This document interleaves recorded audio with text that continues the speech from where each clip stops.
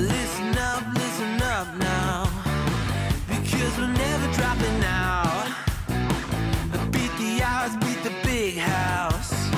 The brains are bigger than the doubt. We've been thinking for ourselves, never let the truth fade away. This is bigger than ourselves, we won't let the world burn away.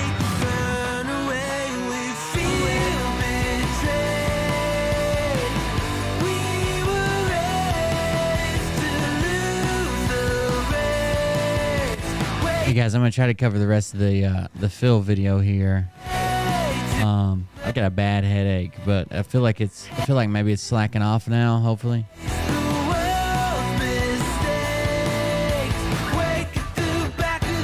Got to where I couldn't even look at the light or the screen, but it feels a little bit better now. We're gonna try to get through it. That's why I'm so late, if you're wondering.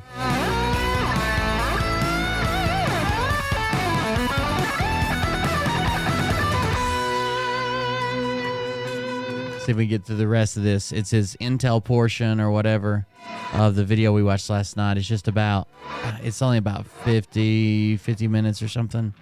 We're trying to get through that.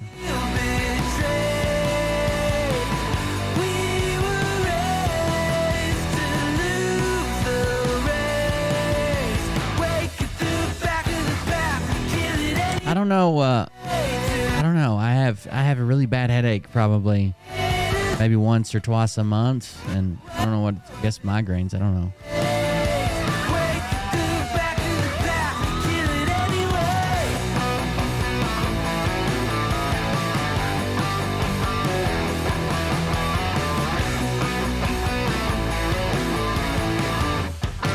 And I believe I shared the link everywhere.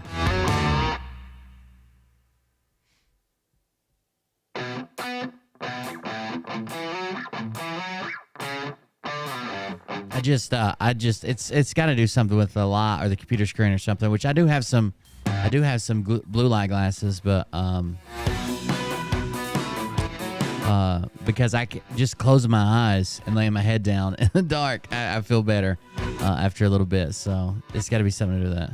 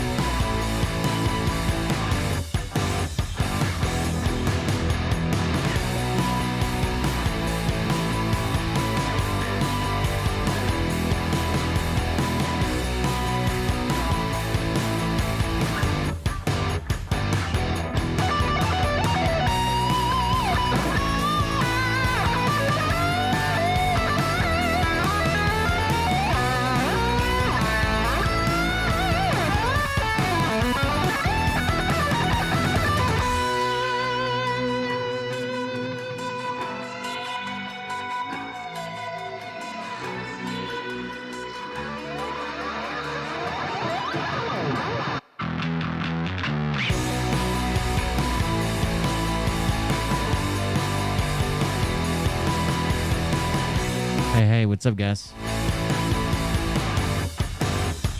Yeah, I'm gonna be quick. I'm not gonna make my headache worse. Usually when it gets like this, I'm able to sleep it off. Occasionally, I'll go to bed and wake up and still have a headache, but those are like the really bad ones where I wouldn't even try to stream. So I'm gonna try to get through this and then sleep it off. I should be feeling all right in the morning.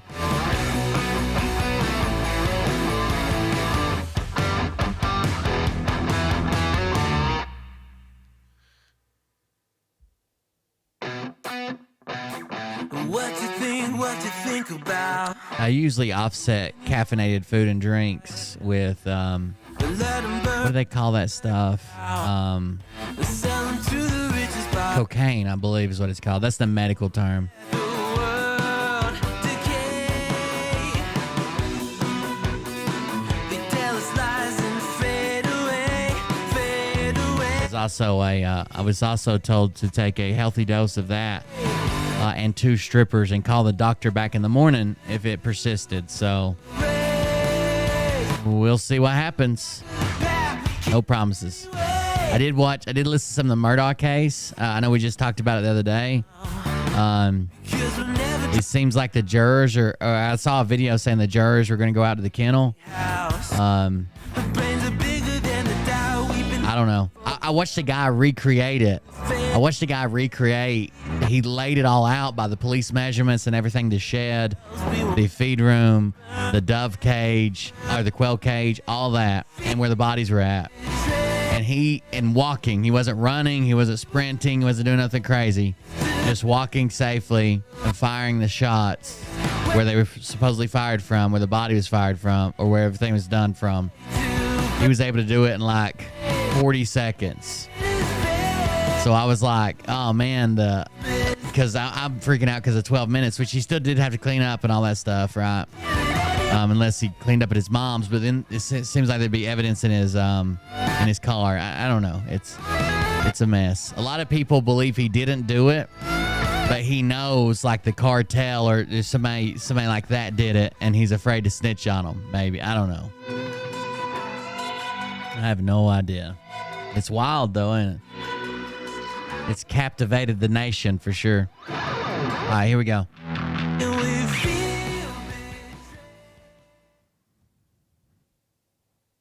Roll the intro from Intel Lady. Hey everybody, it's Kim Cookhold here. Listen up.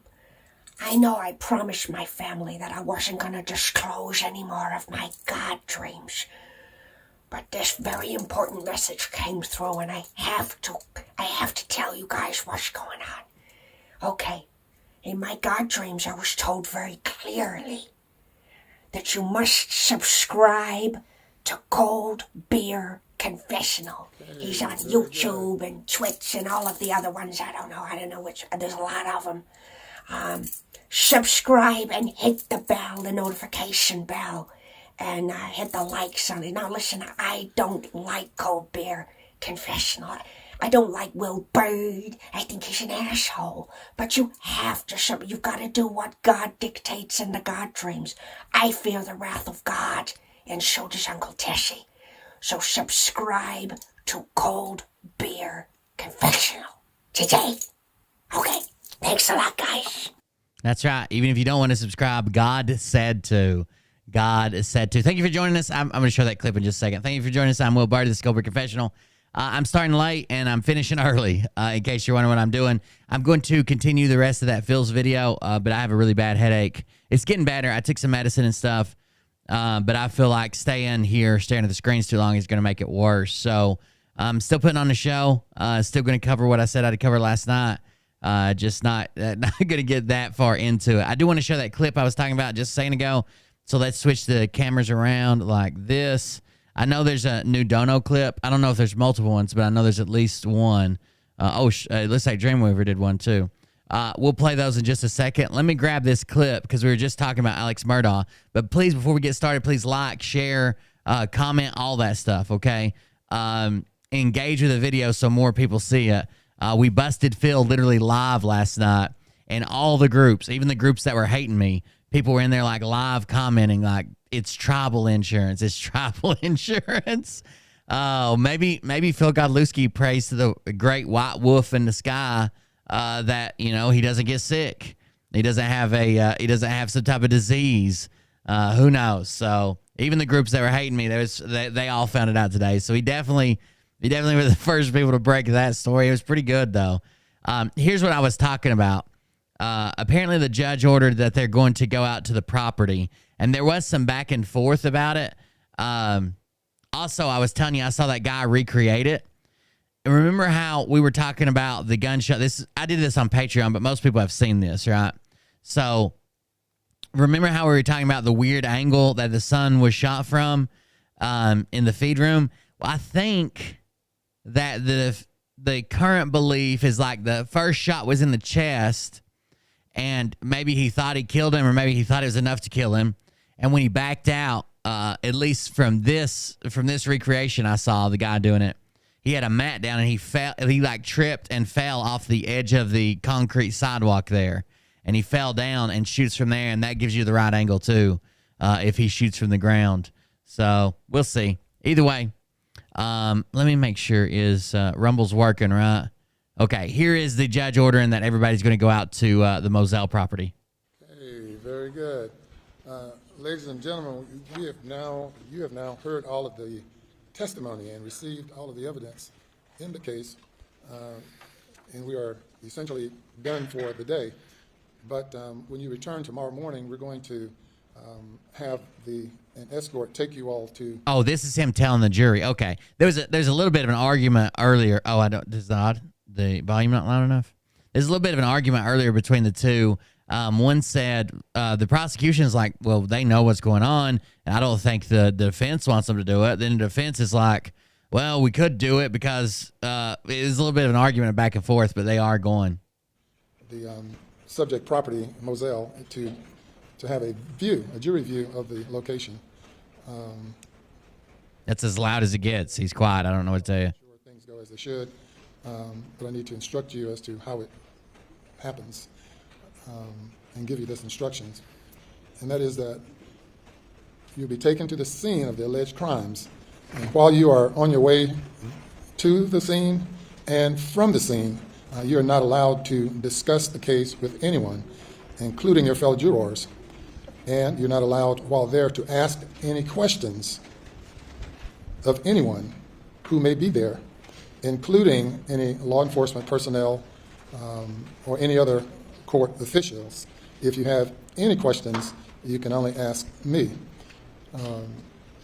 You still have not heard closing arguments and have not begun deliberating. So the way tomorrow is expected to go, you will come, you have the jury view. After the jury view, you'll return for closing arguments. Then I will instruct you as to the law that you are to apply. Then you will deliberate in an effort to reach a verdict. But it's absolutely essential that you understand that you're being taken there to view the scene. Now, it has been a year and a half or more since June 7th. I've not heard that a juror gave it. The biggest fuck-ups that I've heard was his business partner and lawyer. He's also a lawyer, right? Alex's business partner that they stole millions from. The defense moved to strike his testimony because he thought it would be a good idea while the case is still going on, while everything's still happening. He stands to gain financially from this because some of the financial crimes have been admitted to in this case. He stands to gain financially from this. And while the case is still going on, the current maid who testified against Alex, they started a GoFundMe for her for standing up to the truth. And Alex's ex-business partner made $1,000 donation to it with his name, with everything there, with all like he's a lawyer. He had to know that was fucking stupid. The defense tried to strike his testimony, which the judge didn't buy it, but he definitely could have. 2021, since the alleged crime occurred, and things have changed, or most likely have changed. We have different season of the year, just change of circumstances as far as the property is concerned. The property, I think, was consigned. Like, I think it's already been sold, but apparently the kennel portion of it, maybe it was under contract. When I saw a news alert saying it was under contract or something like that. But anyways, they say the kennel area has not changed at all, even if the house has. You have to take that in mind and certainly consider that, but still it's the same location, and I've determined that it would be. It's not a current lawyer. It's not the defense. It's not the prosecution. It's a lawyer that was in business with Alex. Alex ended up stealing a bunch of money from his law firm.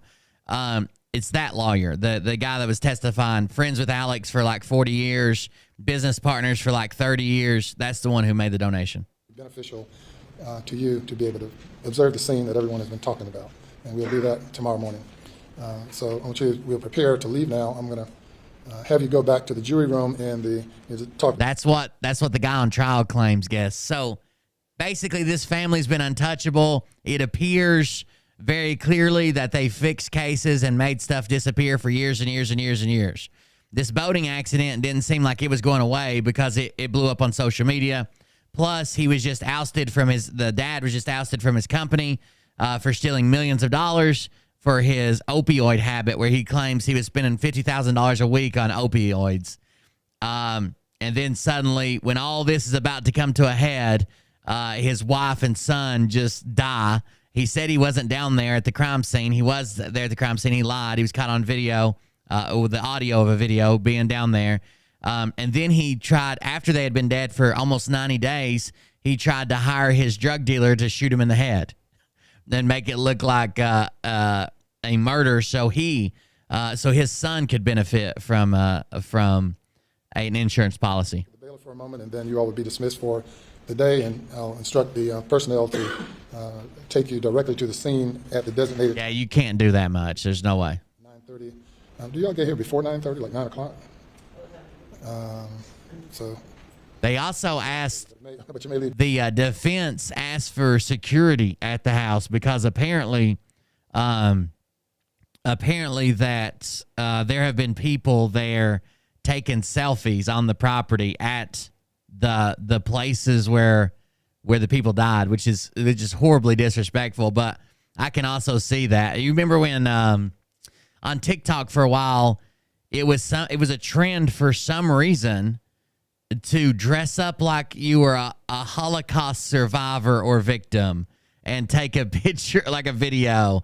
It was very weird. There's some real morbid stuff they do on the internet. Before 9:30, since apparently you all get here pretty early. So we'll see how that works tomorrow morning. So if you'll go to the jury room. I wanted to see the argument, but that's all right. Alex Murdaugh lied to jury. Alex Murdaugh judge shuts down defense bid to limit rebuttal witnesses. Tense exchange with Ronnie Crosby. Puddles of water were in wrong place. Alex Murdaugh. There's been a lot of stuff go on. I couldn't possibly explain it all. We tried to do it in a Patreon show the other night because it's not something I typically cover. I thought the patrons might be interested in it, and I still couldn't cover it with hours to do it. So let's grab this. The rest of Phil's video. I personally think. What do I personally think? So there's a couple of things that bother me from just saying that he did it, okay? One is kind of the timeline. Like, he did an amazing job of not leaving any blood or hair or DNA or any evidence anywhere. It's not in his vehicle. It's not in his house. It's not at his mama's house. Like, he did an amazing job of doing that. Even the blue jacket they found, all they found on it was a bunch of gunshot residue, which apparently they're avid hunters. I really want to think he did it. And then one more thing. So her phone, even though it had been turned, even though it was like in, I don't know if it's turned off or in airplane mode, it still recorded his GPS location. So her phone was like a quarter mile down the road from the house. Like, leave the property, turn on the main road, and then it was like a quarter mile or something away. Her phone somehow, if he did it and took her phone somehow left the house like a minute or two, or no, maybe it's more than that, like 2 or 3 minutes before he left the house, according to his GPS and phone data from his vehicle and his phone. And then people are like, well, he could have like ran it out there to make it look like somebody else took the phone, threw it in the woods where they found it, and I think they've proven there's not enough time for him to go all the way off their property, turn right, go down the road a quarter mile, throw the phone, get back, and then get back in his truck. So that at least shows that there was a second person involved, I think. I want to think he's a shitty dude. He's a horrible dude. He's robbed a bunch of people. He's covered up a bunch of crimes for himself, his family, his sons, his friends. Like, I want him to be guilty so bad, but I'm trying to stay away from that. You know what I mean? it's not like this is like what I tell the Q-tards all the time. I get it. You don't like Democratic politicians, but you can't just say they're pedos and they need to be executed. Like, you got to have some type of evidence. You got to prove this in court. We don't handle court just because we don't like somebody or just because it would be convenient for them because we hate them or whatever. You know what I mean? Like, I don't know. There's like a couple things that make me think either he had help or maybe he knows who did it and conveniently. Maybe it was like a lot of people are suggesting like the cartel did it and he's afraid to say anything to him because they'll fucking kill the rest of his family, his brothers, his mom, his dad, his sons. Maybe he helped them set it up. You know what I mean? Maybe he said, okay, I'm leaving, you know, on a burner phone, and they showed up, and I don't know. But I don't think that I think they went to prosecution phase too quick because a lot of people have been saying, did they prove it beyond reasonable doubt, beyond a shadow of a doubt, that all 12 jurors will pick guilty? And I think we're probably not going to see that.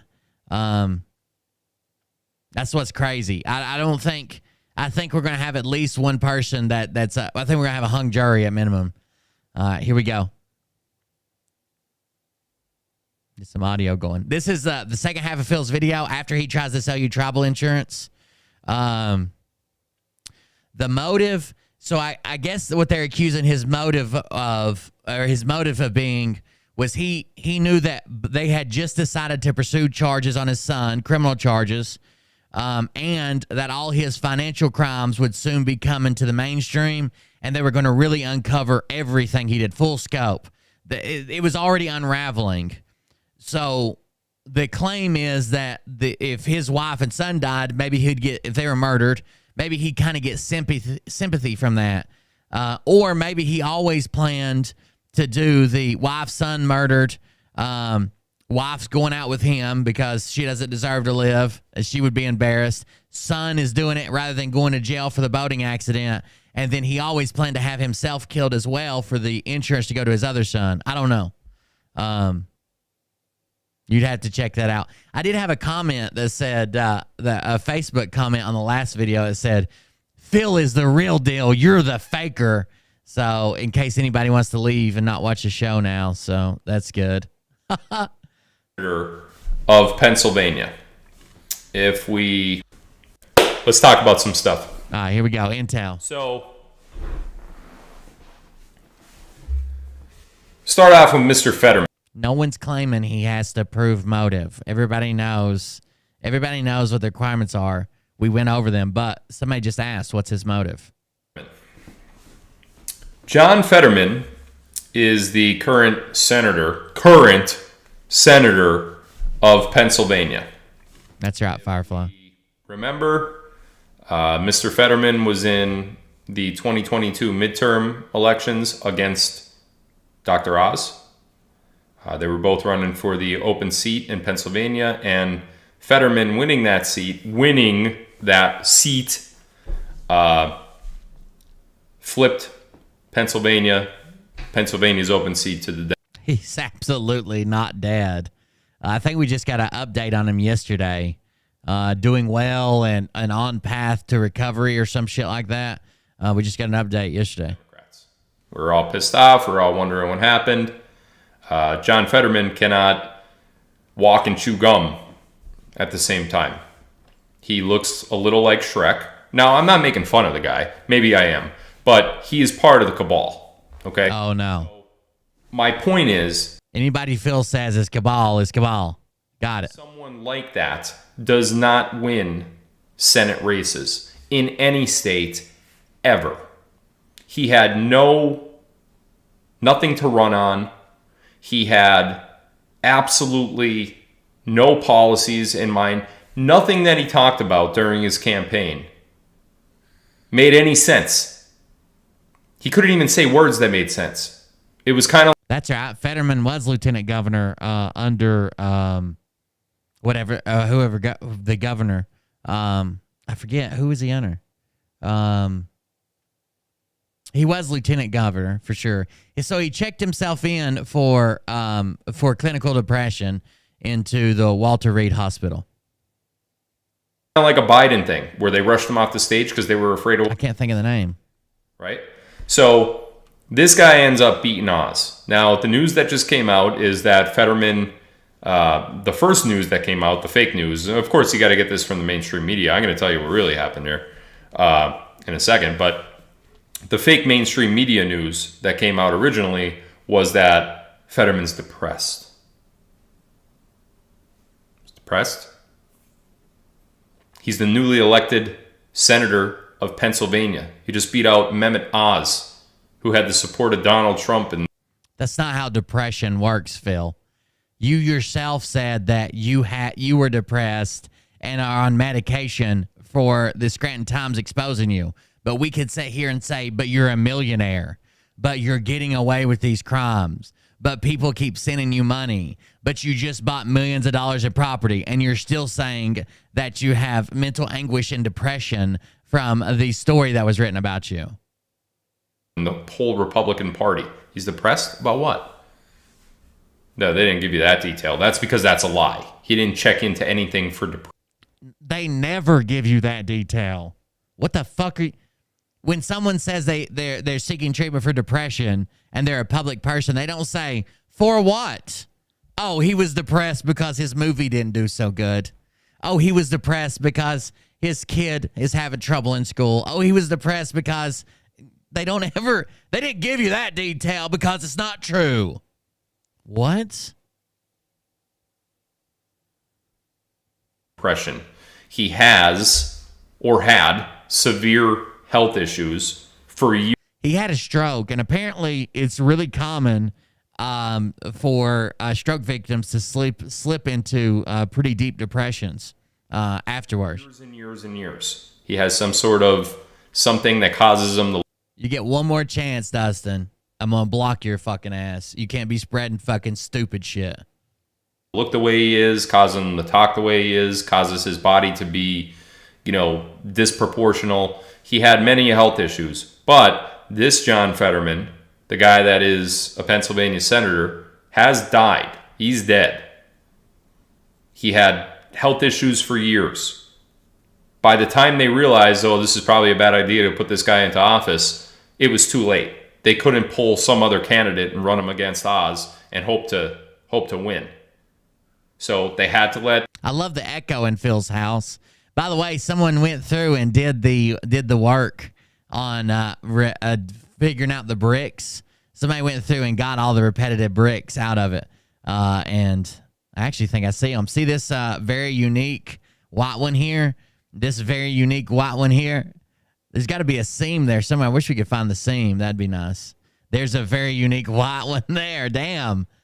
It's very repetitive. It looks like it goes up 1, 2, 3, 4, 5, 6 rows. 1, 2, 3, 4, 5, 6. And then it goes 1, 2, 3, 4 to the right, maybe. So if that's true, it'd be 1, 2, 3, 4, 5. Well, no, maybe it isn't a repeating pattern like that. But that brick, and that brick on the white ones are all the same. Fetterman in. They were hoping that he would last until August. Now let me explain the significance of August. If John Fetterman is still a senator come August 2023, I'm diagnosed. I'm diagnosed with clinical depression. Like it doesn't have anything to do with being upset about something or being sad that something happened. Depression is a completely different disease. Like it can happen independently of whether you're happy or sad about events. you don't have to do a special election. The governor could just appoint a new senator to that seat. If Fetterman is no longer in office due to an incapacitation or a death, a special election has to be held. That means people run against each other again, and they are deathly afraid of that happening, especially in a small one-off election like that, because the way that you have clinical depression, major depression, major depressive disorder, they're all the same thing. It's clinically diagnosed depression, not just you say, I'm depressed, right? Once it's clinically diagnosed and it's clinical, right, because it's been diagnosed, Then after that, it can be called major depression, major depressive disorder. Those are all the same thing. Have to manipulate that election through fraud is going to be under a huge, Oh my goodness. bigger than it was for any. So they're going to be under a huge microscope. Phil forgot that he told us during midterms that he was on the computer with the Army, and all of the Army said that they were watching them cheat, according to Phil. There you go, Dustin. Bye. That they were watching them cheat. So he literally claims, this is not true, but he claims that he sat with the Army in a chat room and the Army was watching them cheat. But now he's saying, oh, but they set this up so they could put it under a really, really microscopic level. You just watched every election. And every time you said they cheated with the Army. But you were also hyping up the red wave and saying and predicting that states are going to go red and these people would win that didn't. But yeah, both those stories work together, sure. Midterm election last November. So all eyes are going to be on that special election. They are avoiding that like the plague. I don't think it's peel and stick. It does appear to have real depth. I wish I knew what that was right there. It does appear to have real depth. I think it's a panel. You can get them in 4x8, but you can also get them in 10x8. 8 foot tall, 10 foot wide. I haven't been able to find a seam, and I pulled this image and bumped up like the contrast, trying to find a seam. I haven't been able to find a seam yet. I think it does look like it has depth, especially like, see right here where we're getting, well, the chat's kind of covering it, but we're getting a shine off his light because he doesn't know how to light himself. That's why half of his face is completely in the dark and the other half is bright as fuck. But we're getting a reflection right here, and we're not on the backside of that crack. So that means that it's a 3D texture. I think it's an 8x10 panel he might have bought. Because they also make ones that you just roll down on your wall, like a green screen that I got, but there'll be brick and different things. But this is definitely, it's definitely got depth to it. I think it's a panel. So what I see happening here is a cover-up of the death, which is already going on. And in addition to that, possibly a stand-in. But I don't think they're going to get away with this. I don't think they're going to get away with this at all. People know that he's dead. If you go to, that's like at Lowe's and shit, right? You have to special order the 8x10s. But that's like at Lowe's and shit. If you went to like a store dedicated to like video production, you could probably get some really good shit. I don't know. There's been several caucuses in Pennsylvania that have already requested confirmation that he is still alive because of the leaked reports that he is dead. So there will be. I also don't see Phil. He said he put this up. I don't see him putting in the work to put in individual bricks. Because they do make little individual bricks with mortar joints that you stack beside each other. I don't see him doing that. And if it was a vinyl pattern, like 2 foot by 2 foot or something, it probably wouldn't have texture on it, and it would see seams, I believe. I don't know. No John Fetterman come August. I think you're heading for a special election for that seat. Now, sure we are. I don't really think any of that matters. Because the time frame that I'm aware of does not allow for a special election to happen for that Senate seat in Pennsylvania. The time frame for things to shake out and conclude is far sooner than a special election would be. That's all I'm going to say there because I don't want to get myself in any more trouble than I probably already have. Okay, so Fetterman. Number 2, the lying, cheating, fraudulent governor. I mean, I see a shadow, but I don't see. I see a couple shadows, different overlays. That's a shadow from the box there, shadow from the box there. I don't see any joints. Of the great state of Arizona, of which I am now a resident. Seems. Katie Hobbs. It's interesting what happened with Miss Hobbs. Okay. Is it? Let me preface this. Let me paint the whole picture before I get into the Hobbs thing. Katie Hobbs, obviously, is part of the cabal. She has handlers. She is a very low person on the totem pole when it comes to the cabal. Okay, she's just a talking head that they wanted in office that accepted. Cabal head. Got it. And she is really of no position of power other than the fact that she fraudulently won the gubernatorial race. Not true. Now, Got it. You actually predicted that race going the other way. And then while you were supposedly with the army watching this being cheated and stolen, you were also still predicting that these people were going to win. Actually, let's do this. Activity feed. Let's see. Okay, it's working now. PR_you betcha just resubscribed for 9 months. With Prime. Thank you very much. Prime subscription for PR You Betcha. There's another one there. Dazzle 500 just resubscribed for 8 months. Hey, Thank you very much. Smiling face with hearts. Hey, everyone. Smiling face with hearts. That was for Dazzle. Thank you very much for that. And we got a couple of dono clips. If you don't know, if you want to support the stream, go to coldbeer.fund. Follow these websites up here at the very top. The donation link we're currently pushing is donoclip.com, where you can leave an audio or video clip for the same price as Buy Me a Coffee, and there's a couple already there. So let's see. This one's from Dreamweaver. So what Dreamweaver says.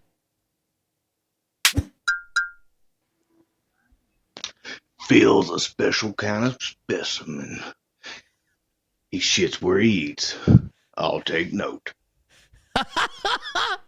Phil's a special specimen. He shits where he eats. I'll take note. I'll play that one again. Try not to laugh over it.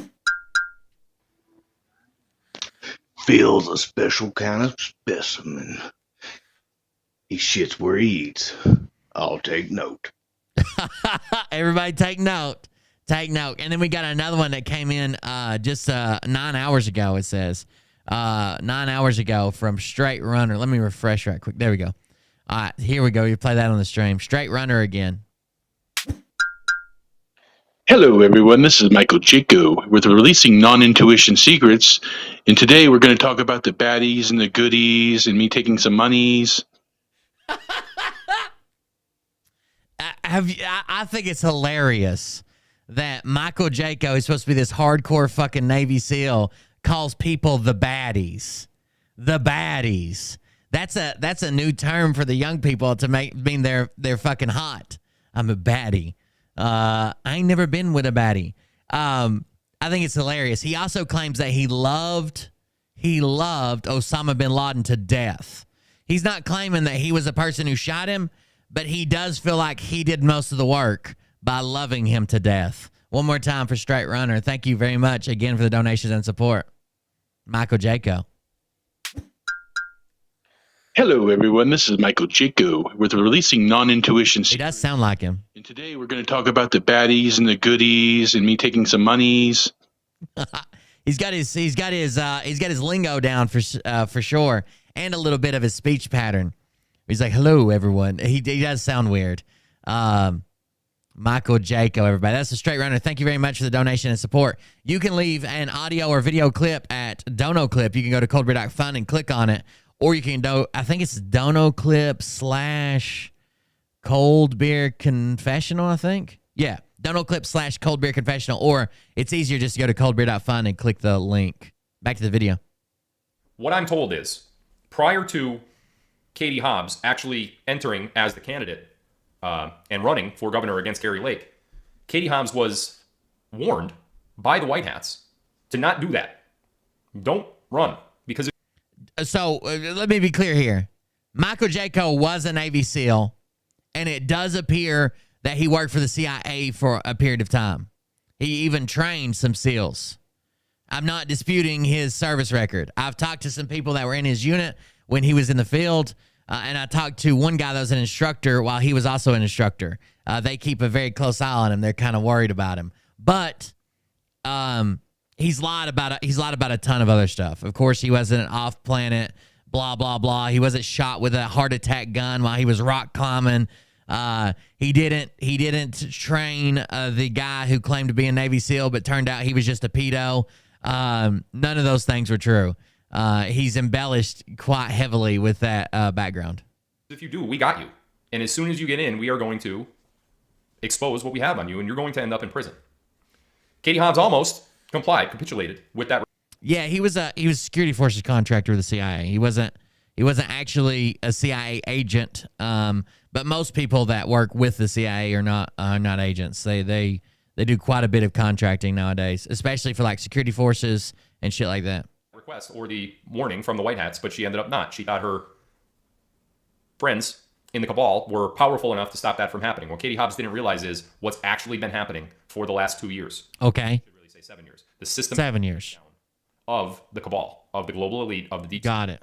They do not have the power that they had even a year ago, let alone many years ago. It seems like they have quite a bit of power. It seems like they have quite a bit of power, and they're exercising that power quite liberally. Seems like they're doing all right, Phil. So Katie Hobbs threw all of her eggs in the basket of the cabal, thinking that these things were not going to come out that would implicate her and potentially imprisonate her. But they are coming out. There was a lot of stories over the last couple of days about the deals that she had with the cartel, and she's taking money from the cartel. Now all this sort of evidence is coming out, and simultaneously, while that's coming out, I posted on Telegram earlier today about the results, the signature results that just got dropped to Google Drive from the Arizona 2020 election, presidential election, and the 2022. Let me make sure that's around here. And the 2022 midterms. So Phil posted the real results. Phil somehow has them. Well, he is the man who gives Trump speeches when Trump can't make it, right? So I think I trust him. I don't know about you guys. Seems pretty legit. If Trump can't show up, then boom, we get Phil. Phil also posted this picture on his Telegram today, and I don't know. It seems legitimate. I mean, he posted it. He made a little speech with it. So he posted this photo today on his Telegram, and it said he had a message with it. It says, "Paleface will say insurance should cover things you need it for and meet minimum standards, but Phil hates his little bighorn Godlewski. Says, hold my firewater and send me your paper money. I will make it disappear." So I don't know if that's some type of prediction or comms or what that is. But it certainly seemed to get some people's attention, okay? Certainly seemed to get some people's attention. I just saw that pop up. I figured I should pass it along. So, sleeves are tight. So Mrs. Hobbs is in some hot water. Oh, no. Things, guys, that... Hot water Hobbs. That's what they're going to call her, probably. These Fetterman things, these Hobbs things, you're going to start seeing these happen everywhere. Are we? Are we, though? Because you've kind of been saying that since 2020. You said that 2020 we were going to see it everywhere. You said that 2020 that Joe Biden would never get inaugurated. You said in 2020 that this would all be fixed. You said in 2020 that there's no way Donald Trump would leave the White House. You said in 2020. By the way, have you noticed they've completely abandoned the narrative that Trump's still in the White House and Biden's never been there? Like, and he was at Castle Rock studio doing a recording, and he's not. They completely abandoned that for some reason. Every one of the fraudulent candidates, and whoever's left after these little one-offs happen, they're going to come down with the big crash, with the mass arrest, with the sealed indictments. That'll all come down. If anybody's left, whoever is left, that's who will get it. But all these little one-offs, like the Hobbs, the Fettermans, and there's more to come. How are those one-offs? They're literally leading some pretty powerful states. Anybody, like I could understand if like a cabal mayor got in. By the way, our town hall meetings are getting spicy. Last night was off the rails, but I can understand like a cabal mayor. But we're talking about like, we're talking about fucking senators and governors and what are you talking about? One-offs. There's going to be plenty more to come. They're all happening according to what the White Hats think is a perfect storm. If his show was called Gossiping with Godlewski, and he made it clear that his show was gossip, I probably wouldn't even cover him. 100 says his show should be called Gossiping with Godlewski. A perfect timeline. I don't like the timeline. I think timeline's shit. But guys, you gotta chill. I know. There's court documents. I know. They think it is, so it is what it is. I called some attention yesterday on Telegram to John F. Kennedy Sr., John F. Kennedy Jr. Everybody acts like I haven't been reading them since they fucking started coming out on every show. The live streams that I did from 2021 on the Kennedys, both Senior in the assassination as well as Junior in the plane crash. I called attention to those for a particular reason, and I think it would be beneficial for you guys to watch those live streams again. Things are not as they seem. I think you guys have figured that out. Phil had to come out and say that he used to have different beliefs, including evolution, but that was before God got him. I'm not specifically calling you out, Kat. I'm just saying you just popped in and said it, but like 30 people said it before you. Things are not as... You're good. I hope and pray that I have done enough for you all to prepare you for the ending of this. I know for a fact that I have prepared a lot of you for it. I don't know if all of you are quite ready, though. The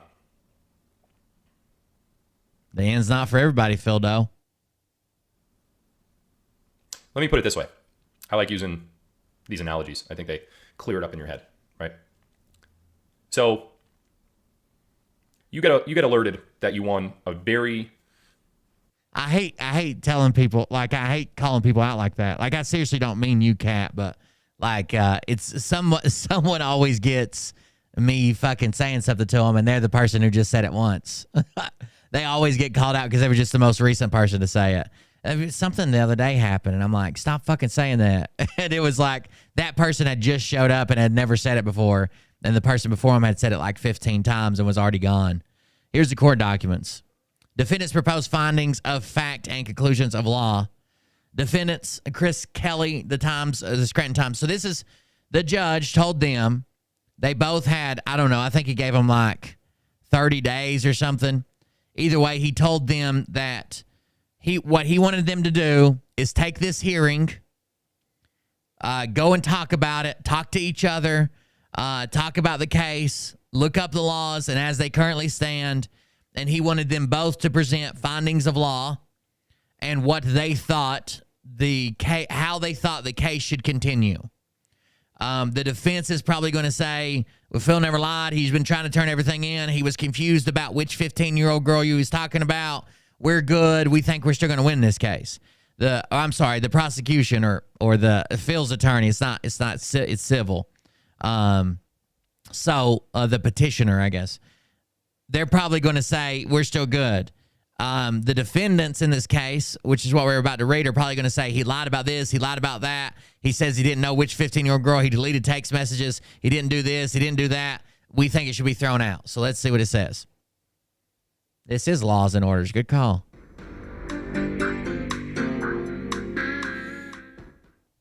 The first arrest may be Phil. Defendants, Chris Kelly, the Scranton Times, LP, Larry Holeva, defendants by and through their attorneys, Haggerty, Hinton, and Cosgrove, LLP, submit the following proposed findings of fact and conclusions of law. This is all based on what's happened up to this point, including what was presented in that hearing that we read all the documents from. This doesn't mean the judge will decide. It'll probably be Tim Hinton will probably be way over here on this side, and Phil's lawyer will probably be way over here on this side, and the judge will probably pick something in the middle. On February 14th, 2021, Scranton Times published an article stating plaintiff pled guilty to the corruption of a minor charge in 2011 and admitted to having a sexual relationship with a 15-year-old girl. Said complaint filed May 24, 2021, and Exhibit A there too, which is the article at issue. By the way, Phil claims they tried to delete their article to get away with slandering him. First of all, it's still available if you're a subscriber to the Scranton Times. Second of all, it's literally the first exhibit that was submitted in the case. Phil Godlewski's defamation lawsuit claims he never had sex with a 15-year-old girl. The 15-year-old girl or the victim that Phil Godlewski pled guilty to corrupting her morals is BD. See Example A defense hearing, or we call her Bree. On June 8th, 2021, defense counsel served Attorney Coleman with a letter requesting plaintiff to preserve any evidence about the lawsuit, the defendants, the article, and any criminal charges ever filed against Phil Godlewski, and all electronically stored information, including any relevant information on a smartphone or mobile phone. On July 9th, defendant served plaintiff with interrogatories. Set 1, interrogatories. I can't remember which way I was saying it the other day that was right. Interrogatories stated on the first page of the questions that these questions are continuing in nature and require you, the plaintiff, to supply supplemental answers pursuant to Rule 4007.4. On June 12th, defendants served plaintiffs with requests for production of documents set 1. It listed these instructions. In the event that any document requested to be identified by any questions has been destroyed or lost, such document shall be identified by stating reason for loss, destruction, or transfer. Defendant's request for production of document set 1 propounded upon plaintiff defines the term document or documents. Any and all tangible things and documents, whether handwritten, typed, printed, emailed, taped, filmed, photostated, copied, or reproduced in any way, including but not limited to external communications or inter-office communications, letters, telefaxes, telexes, emails, cable telegrams, wires, and memoranda.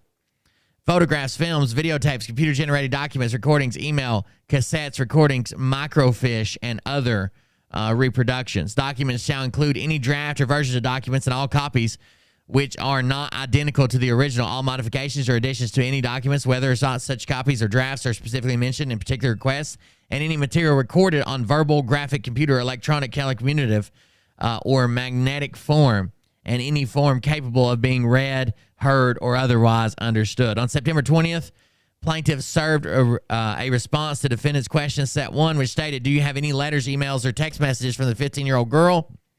Answer, none. See Exhibit H.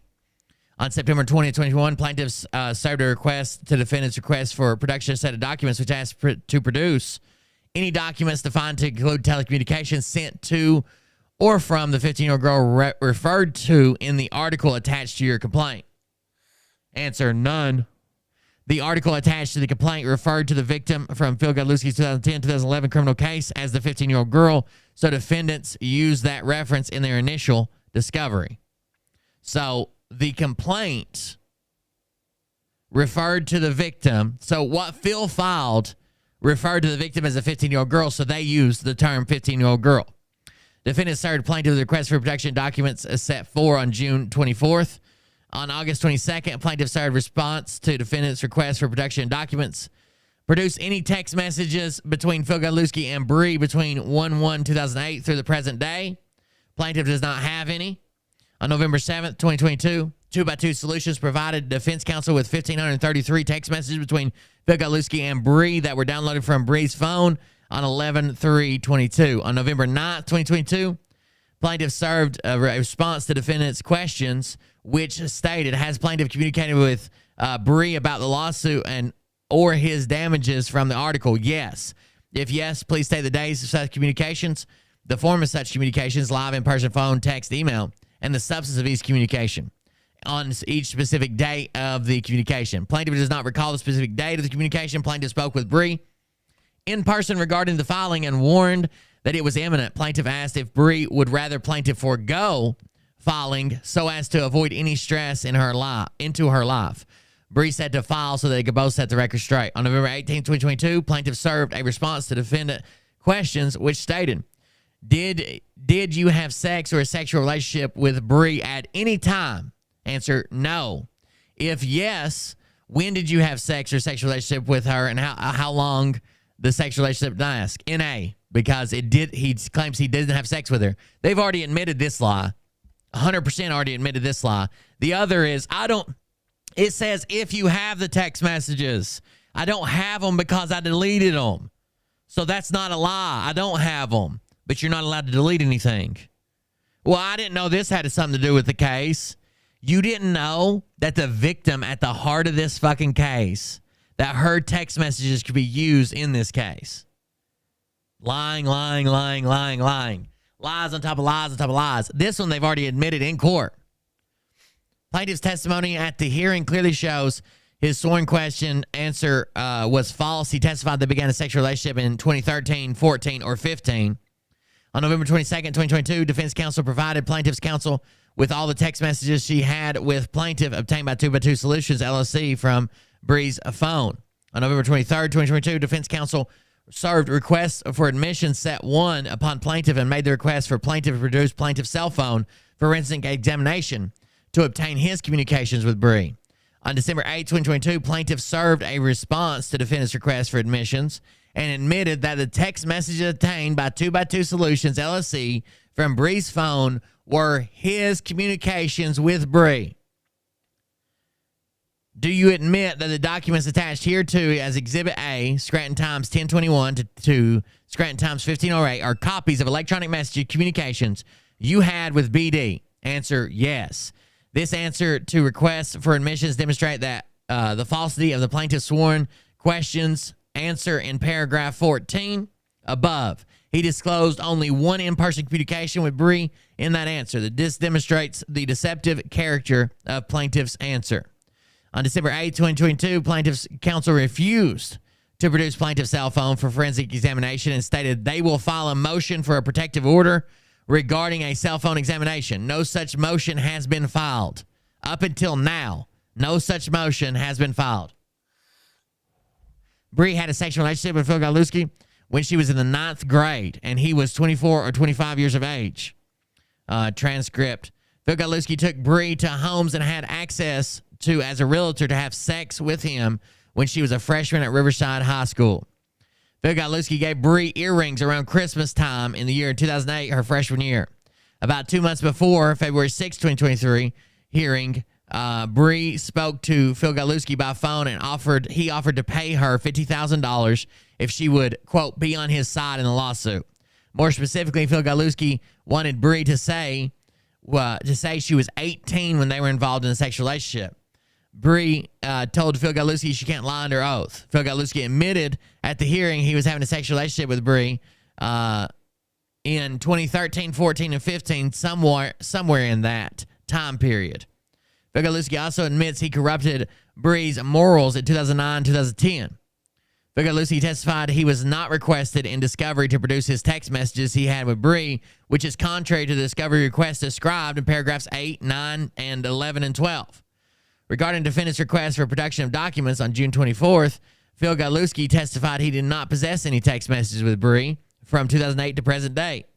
Despite defendant serving questions on November 4th, 2022, asking plaintiff to describe any communications he had with Bree about his lawsuit against the Scranton Times, Phil Godlewski failed to disclose his text messages with Bree that discussed the lawsuit.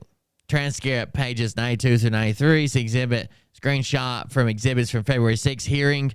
Binder provided to Judge Minora. Stack of text messages. Phil Godlewski testified, you, Attorney Hinton, didn't ask me for the text messages with Bree. Moments later, defense counsel showed Phil Godlewski the request for production of documents number 7, which was served on June 24th, 2002. The request dated June 24th, 2002, and his answer served on 8/22 reads, produce any text messages between Phil Godlewski and Bree, actual copy used her full name, not initials, between 1/1/2008 through present date. Plaintiff does not have any was the answer. Phil Godlewski then testified he didn't have text message, about almost 500 pages of them were produced by Bree because he deleted them. Deleted them is not the same as doesn't have them. Plaintiff answered a question on December 9, 2022, number 2, claiming he has not deleted any text messages he had with Bree. A minute later in the hearing, Phil Godlewski testified, I didn't delete any of them. Plaintiff testified he didn't produce the text messages because he took screenshots of his text messages with Bree and saved them on his laptop. In Phil Godlewski's mind, they're no longer on his phone, so they were not electronic communications with Bree. His explanation is not credible and defies logic. Phil Godlewski testified, I have several screenshots like this on his laptop. It can be inferred he still has them. None have been produced in discovery. Phil Godlewski said, I would be happy to give you any communications I had with Bree recently. I have nothing to hide there. In fact, you have them all anyway. Phil Godlewski admitted under questioning from the court that his screenshots of his text messages with Bree are copies of digital communications with Bree. Phil Godlewski admitted he had 31 pages of text messages with Bree in between the date the defendant's request for production of documents was served on July 12, 2021, and the date of his responses is September 20th, 2021. If Phil Godlewski deleted text messages in the short time period right after the discovery request was served and the time he responded, such conduct should be determined to be egregious. Phil Godlewski discovery response September 20th, 2021 claimed he had no telecommunication documents with the victim from his 2010 criminal case. On June 24th, 2002, defendant served requests for production of documents which requested in number 7 any text messages from Phil Godlewski and Bree from 2008 to present. On October 22nd, 2022, plaintiff answered number 7 that he doesn't have any. 4 days before plaintiff's response on August 22nd, 2022, he had 11 pages of text messages with Bree. Again, so he said he didn't have any, but 4 days before that, he had over 11 pages of them. Again, the overlap in time of the text messages between plaintiff and Bree and plaintiff's false discovery responses shows bad faith state of mind. Phil Godlewski received the defendant's preservation of evidence later dated June 8, 2021, but he claims he just didn't think anything he spoke with Bree about was any sort of evidence in the case. Phil Godlewski claims he did not think Bree was a principal witness or had anything to do with the trial. On August 6, 2022, Phil Godlewski posts to his Telegram page, "What is everyone going to say when the victim testified during the Scranton Times lawsuit? The falsity of plaintiff's testimony is apparent. Phil Godlewski admits that the text with black background shown in Exhibit BB is his text and came from his laptop. He posted this text on his Telegram channel on November 27, 2022. Phil Godlewski testified he never spoke to Bree about the lawsuit in text format. Phil Godlewski claims he only spoke to Bree about the lawsuit in person or over the phone. This testimony is patently false. Hearing binary, blah, blah, blah. Phil Godlewski claims he was offering her a business opportunity on May 28, 2022 that, quote, would help her for the rest of her life, which was important to me considering all we've been through. Phil Godlewski testified that when he was writing Bree by text about a financial opportunity and windfall to take down those motherfuckers once and for all and shove our middle fingers up their fucking assholes, he was referring to the federal government. I thought this guy was a Christian. What would Jesus do? These are quotes from Phil. Take down those motherfuckers once and for all and shove our middle fingers up their fucking assholes. He was referring to the federal government, the IRS, the Federal Reserve, not the Scranton Times. Defendants request the court makes a finding of fact that Phil Godlewski is lying about the meaning of and intent of those text messages, and thus the reason he failed to produce them. Phil Godlewski could not keep his story straight in the same hearing. At one point, he testified, "I do not think she was a principal witness at all in this case." And about an hour later, he testified, "I knew they were going to bring her into this case." That's the same thing I said. How could you know they're going to bring her and also not know that she was a witness? She was going to be a big witness in this case. Get the fuck out of here. Oh, cool, Desert Doxies. It's a pretty good case, ain't it? Plaintiff has not produced even one page of documents from his computer or laptop evidencing a communication he had with Bree, or even as of this late date. Phil Godlewski testified, "I had no idea a conversation that I had with Bree has any sort of evidentiary value to the case. Plaintiff knows defendants are out to prove he had sex with Bree when she was 15 years old, and that's why he pled guilty to corrupting her morals in 2011. By the way, here's one thing you can't let Phil get away with. It's not even corruption of morals, right? It's not, the charge is not corruption of morals. I know he keeps saying that and he keeps repeating it. The charge is actually corruption of minors. Every time he says corruption of morals, he's downplaying that. The charge is a corruption of minor or minors. You need to call him out every time he fucking says that. Every time he tries to use that back up. And I don't know if you've heard the first time he tells it. The first time he tells it, he was 21 or 22, and she was 17, 16, somewhere around there. Like, he tries to downplay it. Let me tell you something. If you didn't do nothing wrong, you don't have to play it down. If you didn't do a fucking thing wrong, you don't have to make it sound like it's less than what it is. You don't have to make the ages close together. You don't have to change the charge and what it's called. You don't have to do any of that. Because you didn't do anything. But if you're trying to make people think you didn't do anything, well, then you're probably going to change what it's called, what's going on, what people are accusing you of. You're probably going to change all of that. You're probably going to change all of that, huh? Corruption of PACC 6301A1, corruption of minors. Not corruption of morals, corruption of minors.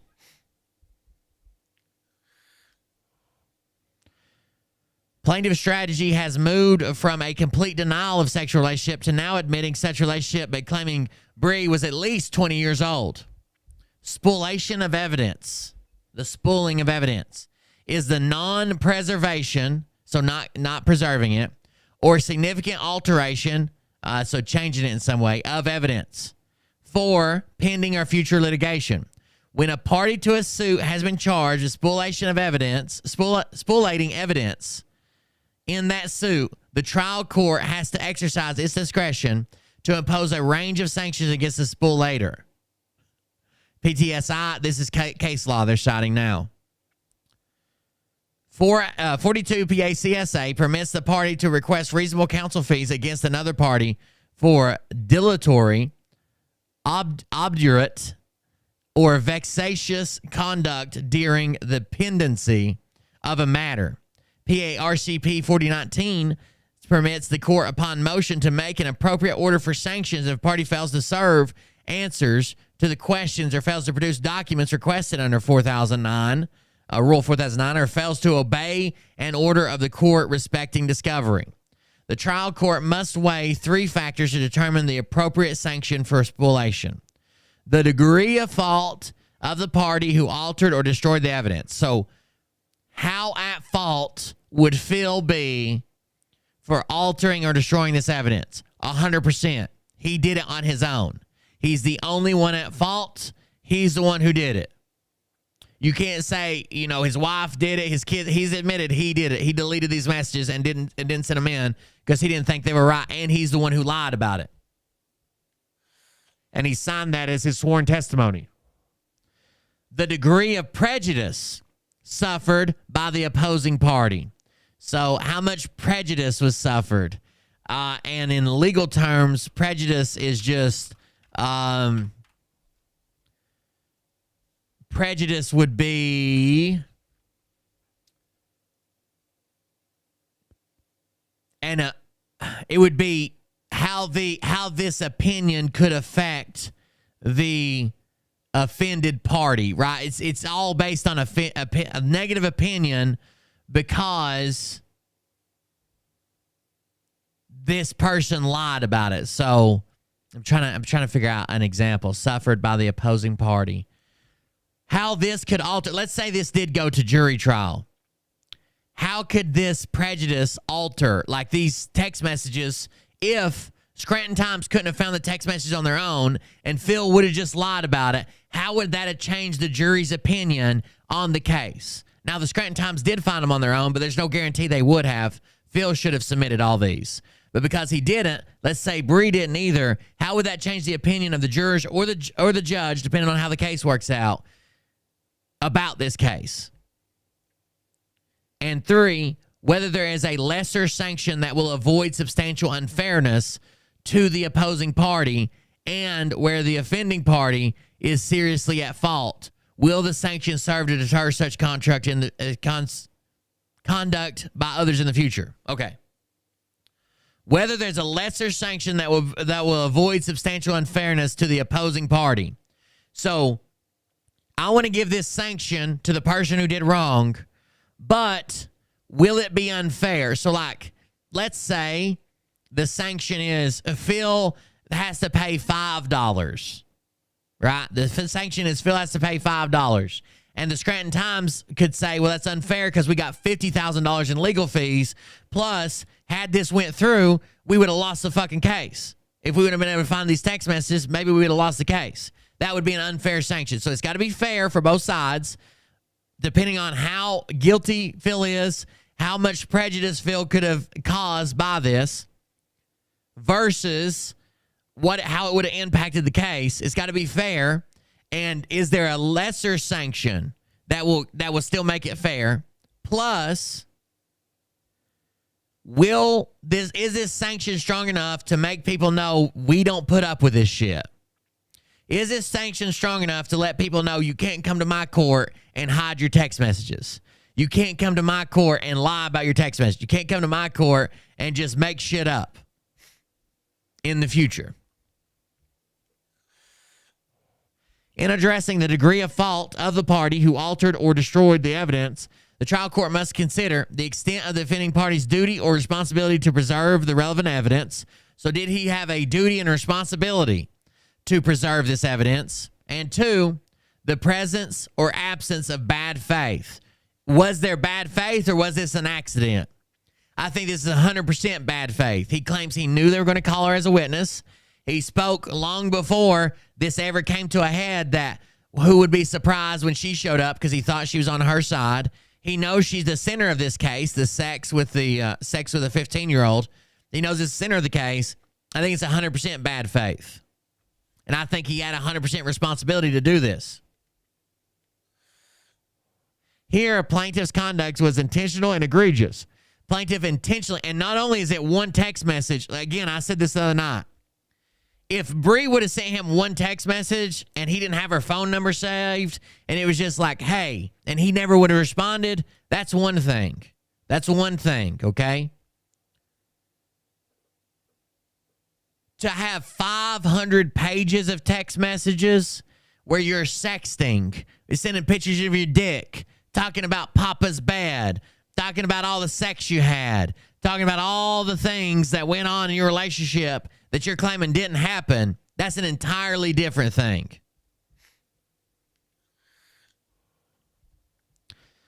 Plaintiff intentionally, plaintiff's conduct was intentional and egregious.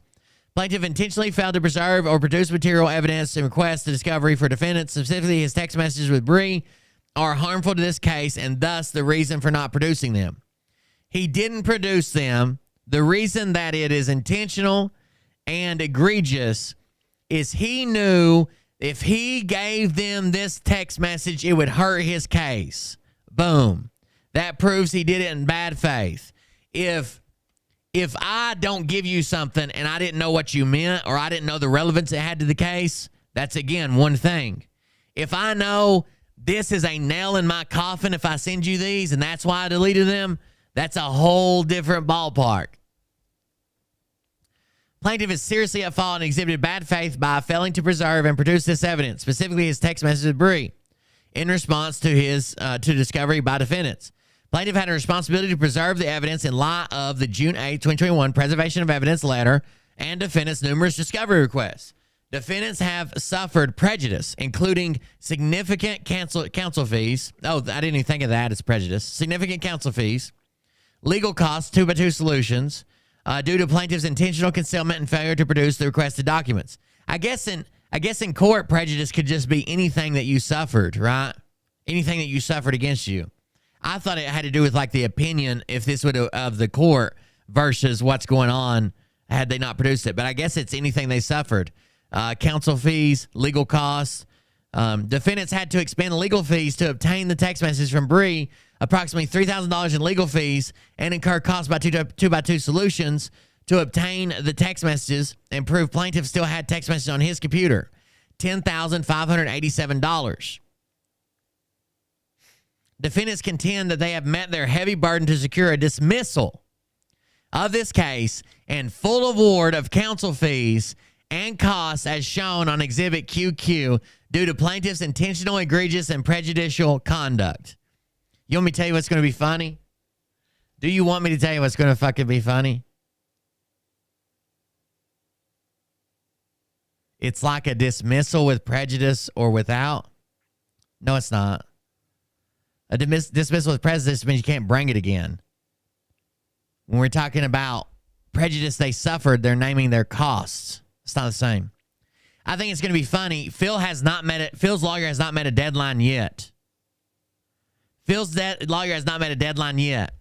If this is the only finding of facts and law that they get, I don't think Phil's attorney turns one in. What do you want to bet? However, if the court determines that a dismissal and sanction of all defense costs is too severe, especially since Bree came forward to avert Phil Godlewski's subterfuge, defendants request that the court make a judicial ruling that plaintiff intentionally concealed and failed to produce his text message with Bree to defendants because the evidence is harmful to his claims. Plaintiff should also be ordered to pay defendant the Scranton Times LP the sum of $13,587.50 to compensate it for legal fees and the 2x2 Solutions invoices within 30 days of suffering additional sanctions or suffer additional sanctions ordered by the court. The general rule in Pennsylvania is if a party fails to call a witness or other evidence within his or her control, the fact finder may be permitted to draw an adverse inference. Case law. However, the witness or evidence must not be equally available to both parties or the inference may not be drawn. So the amount of evidence was not equal to both parties because Phil had them and they didn't. This rule applies in both civil and criminal cases as both witnesses and other evidence, and when applied to witnesses, it is often known as the missing witness rule. Where the PA Supreme Court, in ruling on spoliation of evidence matter, concluded that a lesser sanction than summary judgment, such as spoliation instructions to the jury, may be drawn from plaintiff's failure to preserve. So what they're going for here is either throw it out or, you just use an example. I got you. An example of the word.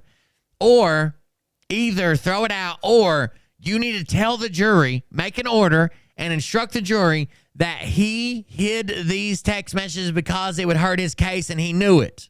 And here they are. But they really want it thrown out, I'm sure. This again, remember when I told you that a discovery hearing is not a place to get a case thrown out? They had to get through that so they could file this. They're probably gonna have to file a motion for a summary judgment too. Summary judgment means everything stops and the judge just makes a judgment and it's done. Defendants request that a sanction be imposed on plaintiff in the form of court order declaring that an adverse inference may be drawn due to plaintiff's failure to preserve and produce his text messages with Bree since the publication of the Scranton Times article February 14, 2021. Defendants request that a sanction be imposed on plaintiff in the form of court order declaring that an adverse inference may be drawn due to, an adverse inference. The adverse inference doctrine is applicable here. The evidence were within plaintiff's control and not equally available to defendants, but for Bree's courage to step forward as a witness. Defendants would have never seen them. There should be some punishment for plaintiff's nefarious conduct. Respectfully submitted, Tim Hinton. Damn. I wonder if Phil's lawyer even files fucking anything. Who knows? Who the fuck knows? Prepare redacted output per witness agreement. Oh, here's the bills.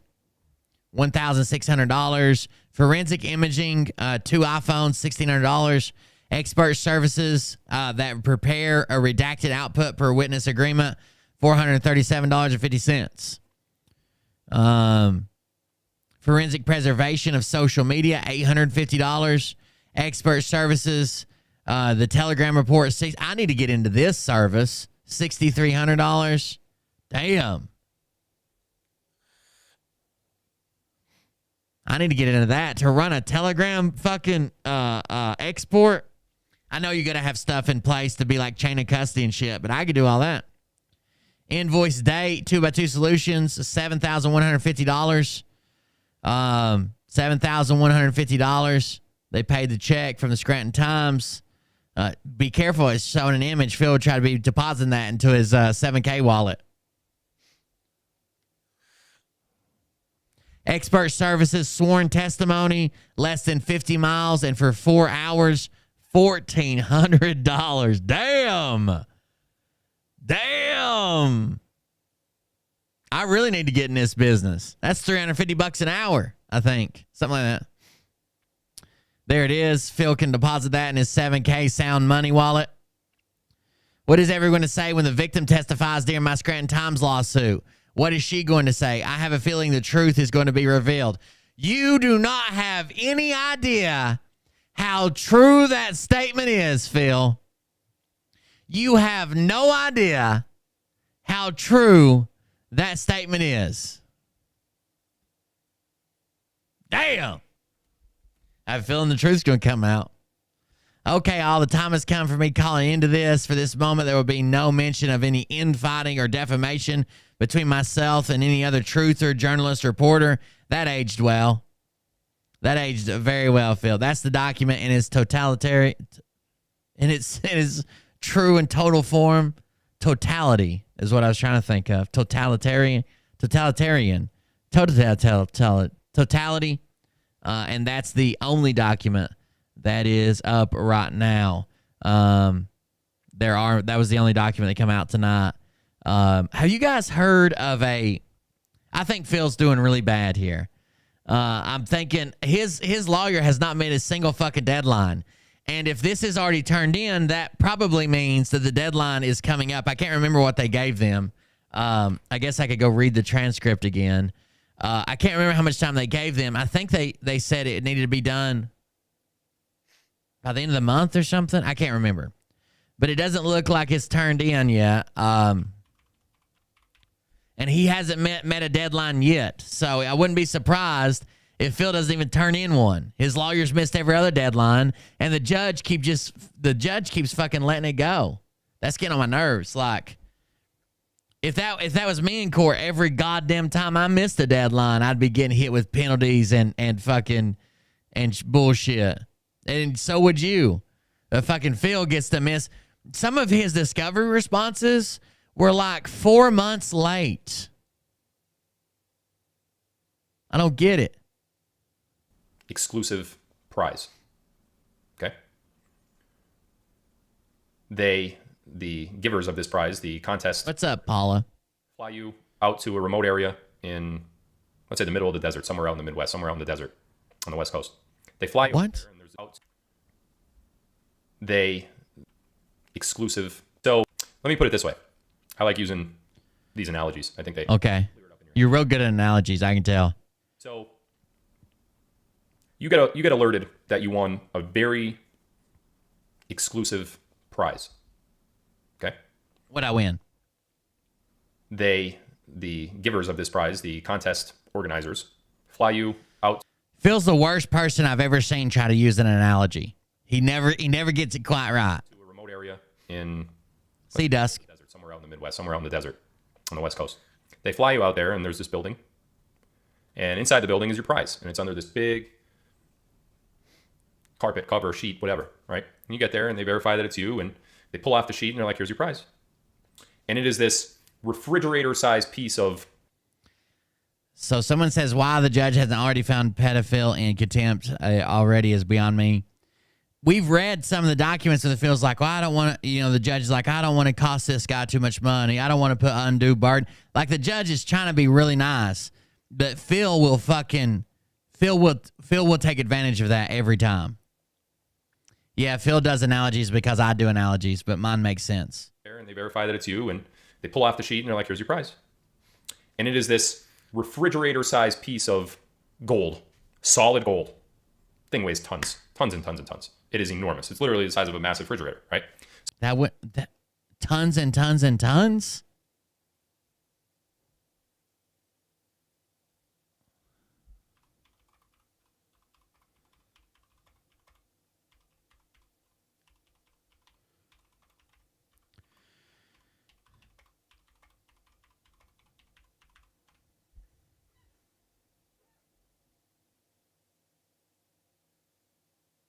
I don't know. Okay, let's see. $12.06. Tons and tons and tons. I mean, it weigh a few tons.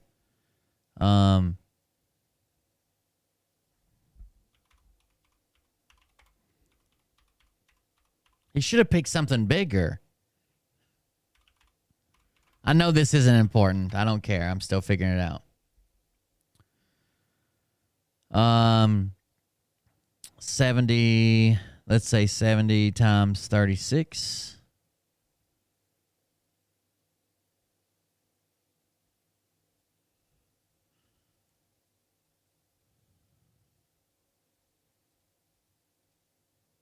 $840 or 70 times 36 equals 70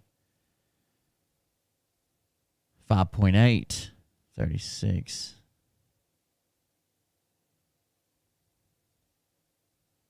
5.8 times 3 equals 17.4.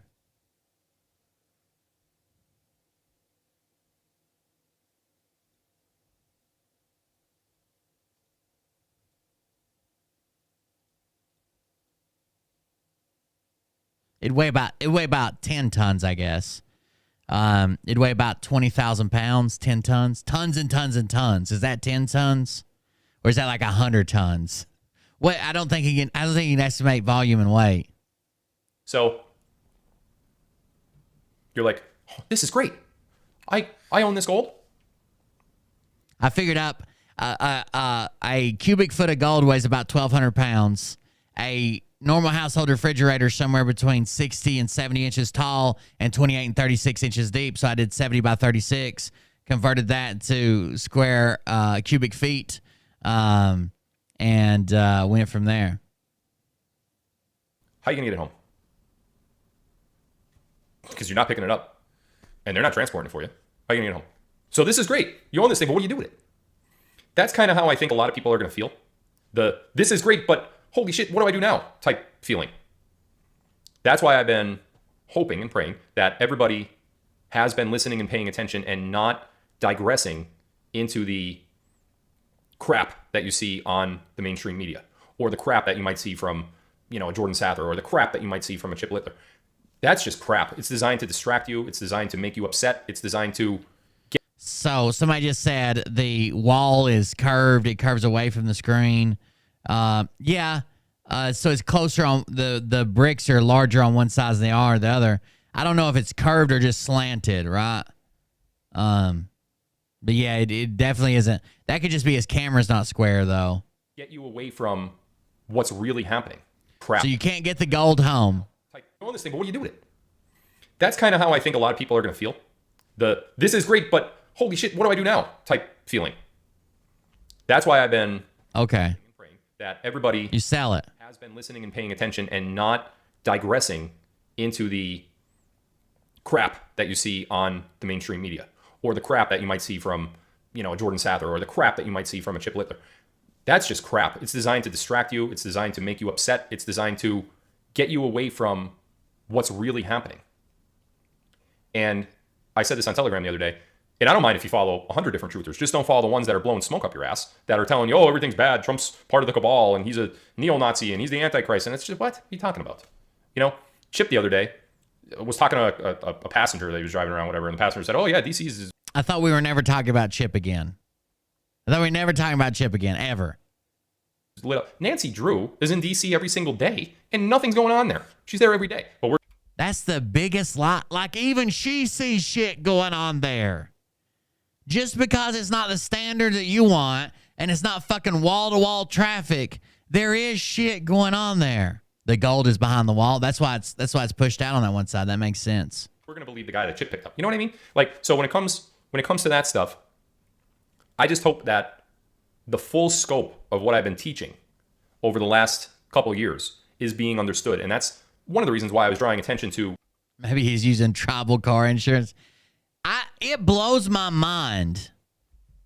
I want to see what they're saying about it. Is anybody saying about it, anything about it in the PG live private chat?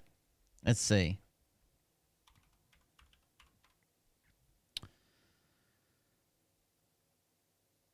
The group chat. I researched the following chain to find out exactly the company name and insurance for more info that would be signing up for. Not sure why Phil did not provide their website. Also, it's unclear that Todd Father and his promo TF has to do with this, but it starts Phil, Todd, Father, 7K, FMA, then SNI.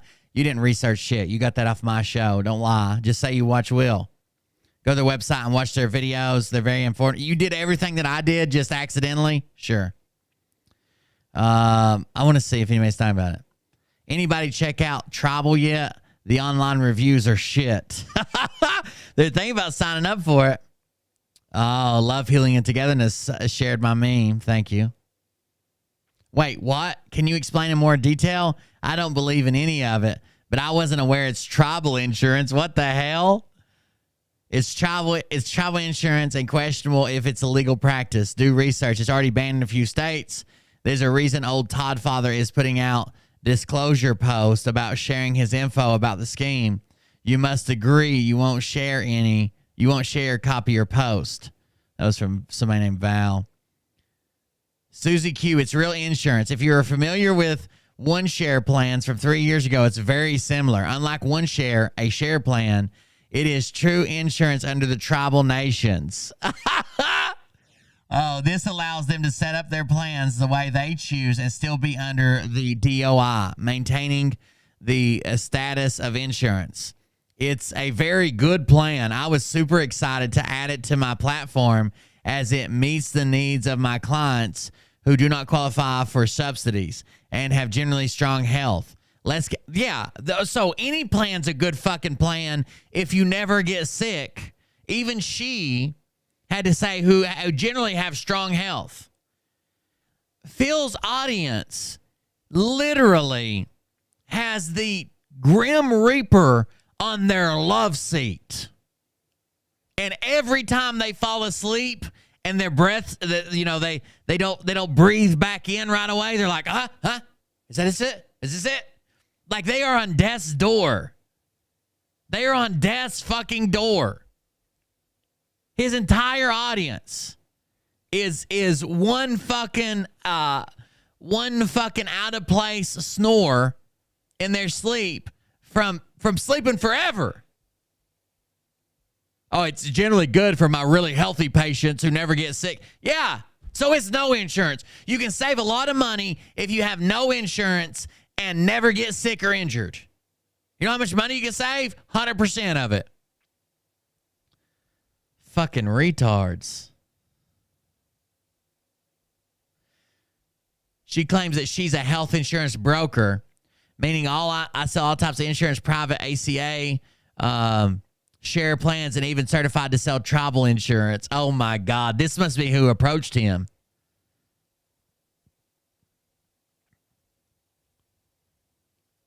Damn. These people are fucking wild, standing up for him and shit. These people are wild. Wild.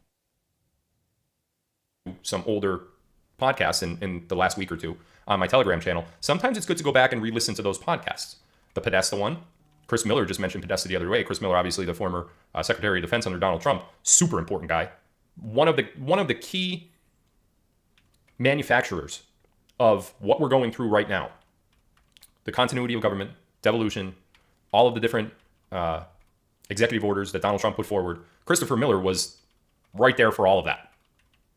And now he's talking about John Podesta?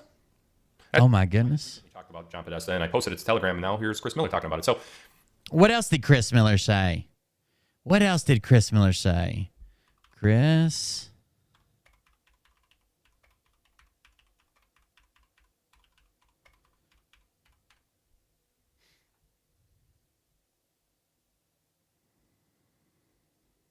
He was on Tim Pool the other day.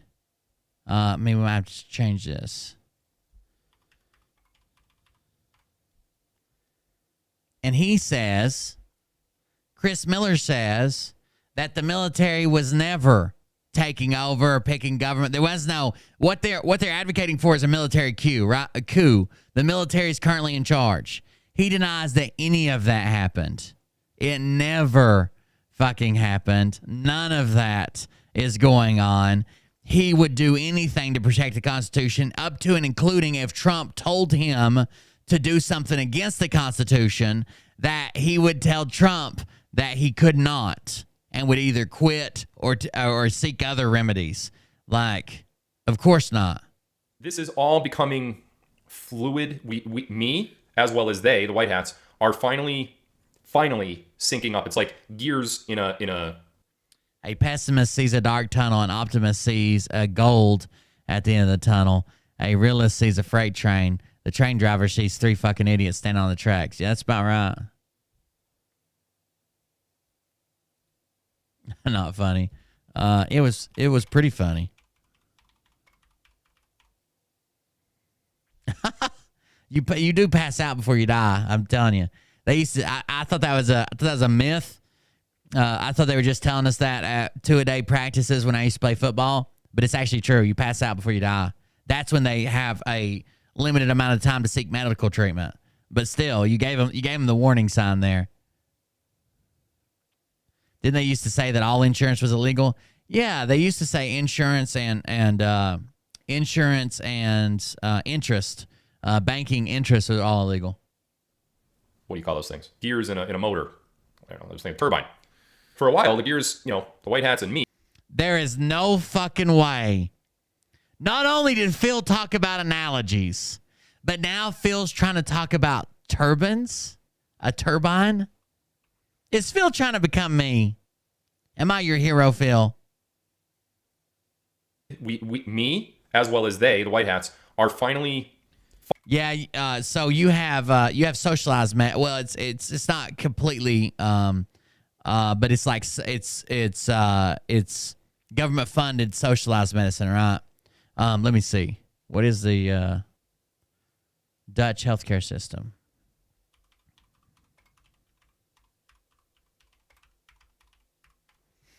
There's pros and cons to every system. Netherlands don't have a single payer. Instead, its universal healthcare system is achieved through a compulsory basic private insurance that is regulated and subsidized by the government. The country began its national health insurance program in 1941.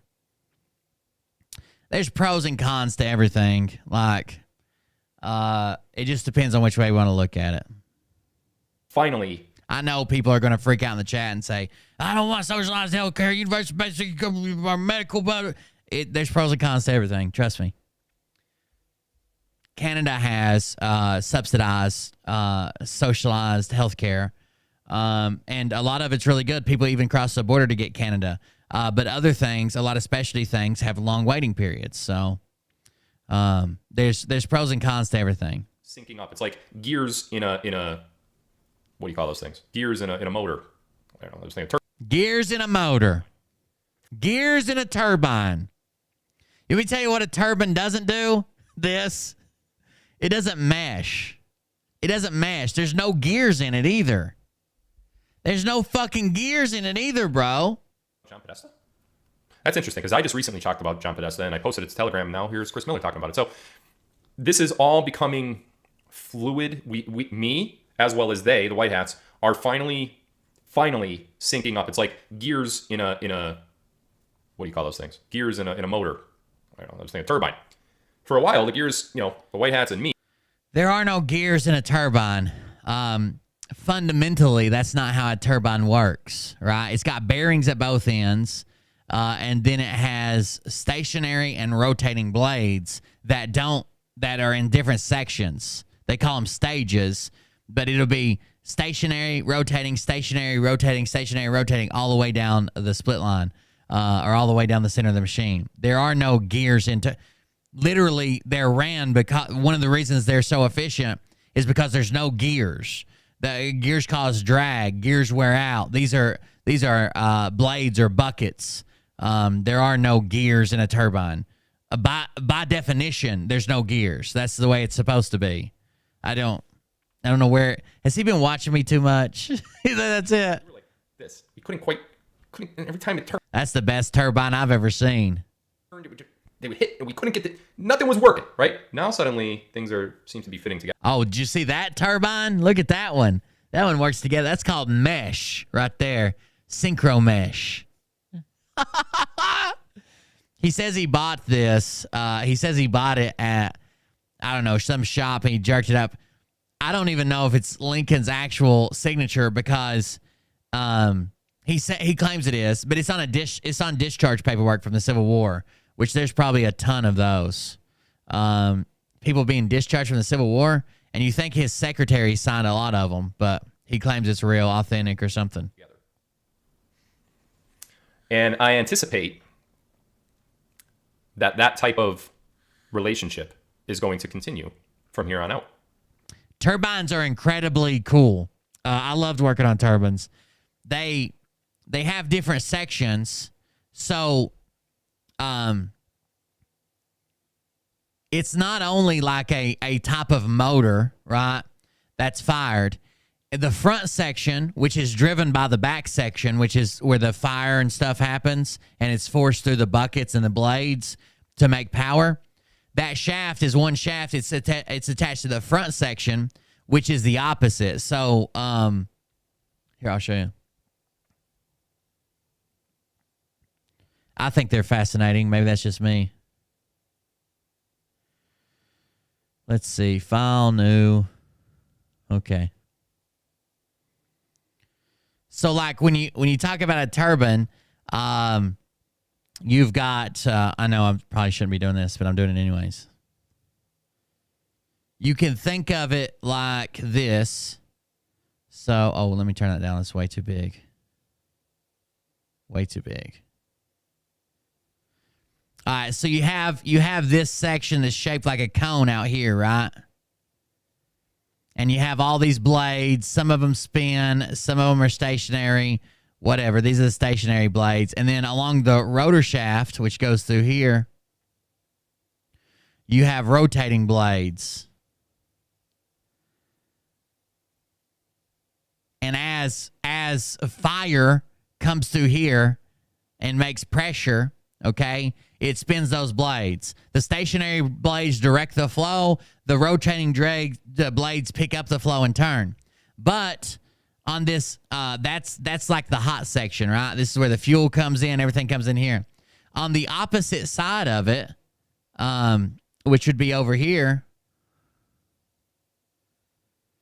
you have not exactly the same thing, but you have a similar thing. So there's more stationary blades. And then there's more rotating blades. They go between those. And there's no fire on this side.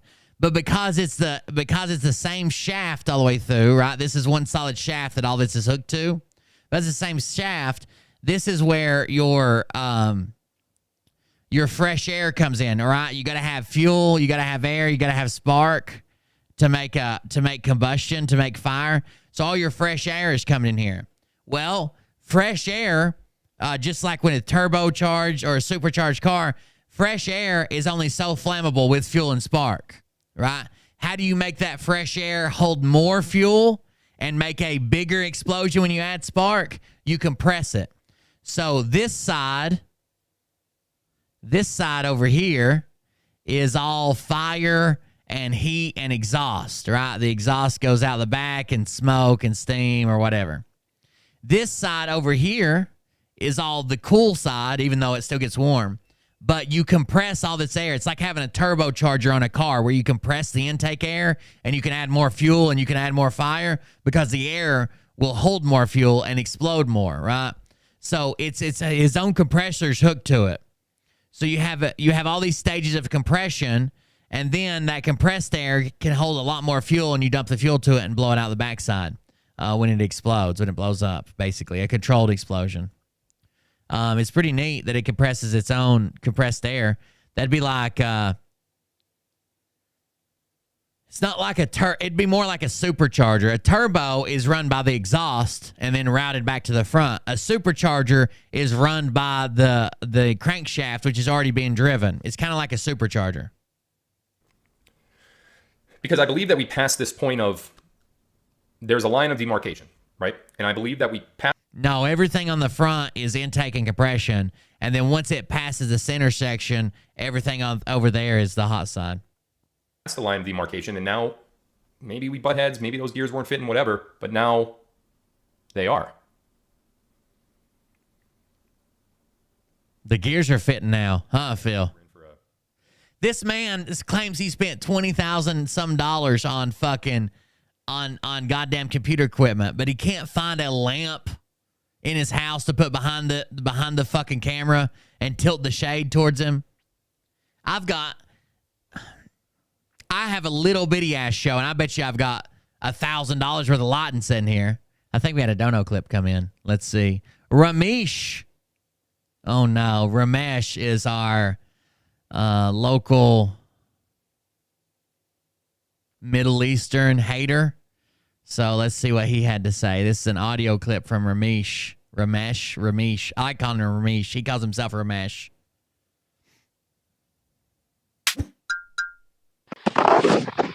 Well, Bird, this is Ramesh.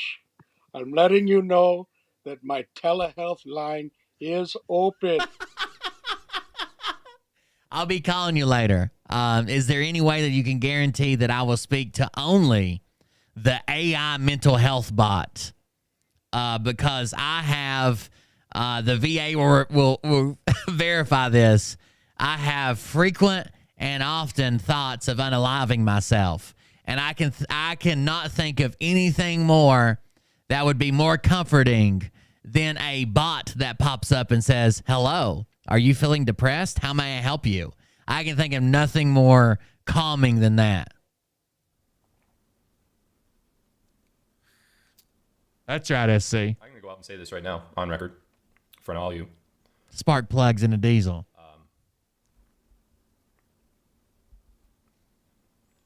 I think the year 2023 is going to be the greatest year. Wait. You've said that about the last 3 years, bro. I do need an AI. I probably need an AI mental health bot. It'd probably make the shows better. It'd be here more on time. Mariah wouldn't hear so much bitching. I think I do. In human history. Look, I have a happy ending whether the bot's there, Mariah's there. I always end happy, no matter what. And I know what I'm saying. Year 2023 is going to be the greatest year. Things are happening in human history. Things are happening. I know what I'm saying when I say that. I know other years, most importantly, the year of Jesus Christ. And I'm not by any means downplaying any of the other great historical moments or years in our history. But for what I know, for what I have... You can hear so many of his mouth noises if you really concentrate. ...been told, for You're welcome. what I have ascertained, for what I have experienced, both myself personally and through proxy, I strongly believe... It sounds like he's pushing spit through his teeth and then sucking it back constantly while he's thinking. Can you hear that? When I do it, listen.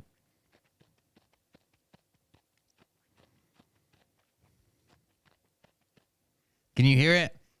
That's what he does constantly. And I do not have any doubt whatsoever in my body that 2023 is going to be the year of not only the Great Awakening completing, but the year humanity was set free from the shackles and the enslavement Just heard it. For decades, if not centuries. And he does swallow, but after he plays with it for a little bit. I've said this many times over my podcasting, live streaming career. You are living through. You are the greatest time in human history, baby. Things are happening. It's getting close. It's getting close. Lucky enough to be alive to experience this. And I know it's been all shit up to this point. I know we got a little taste of how great it could be when this guy was in office, but that wasn't enough to call it, everything that happened afterwards just totally, in my opinion, ripped all that apart. But that's not the way that history is going to remember it. History is going to remember Donald Trump's first term as being great, and then this in-between stuff, what happened since 2020 all the way up to now. Okay. History is going to remember that as a necessary evil in order to experience what we're about to experience in the remainder of 2023. There we go. jubilation, health, faith, elimination of all of the entities that brought down humanity for so long.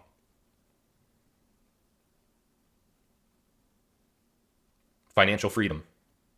Finally. Now, I still think we're going to be in a capitalistic type society. Some people will have more than others. I've been preaching to you guys about gold and silver, gold and silver, gold and silver, gold and silver, gold. You're going to have it all, but yeah. Silver, gold. That's all I've been saying. I'm like a bobblehead. Gold and silver, gold. You hit a button. Gold and silver, gold and silver. My head goes and my mouth moves. Gold and silver, gold and silver. That's all I ever say. Gold and silver, gold and silver. I say gold and silver. That's all I say. Like a bobblehead with a button. That's all I really am. I'm a bobblehead with a button. Carrie get after that fun button, does she? What's she pressing that button with, Phil? What's she pressing that button with? That's what I want to know.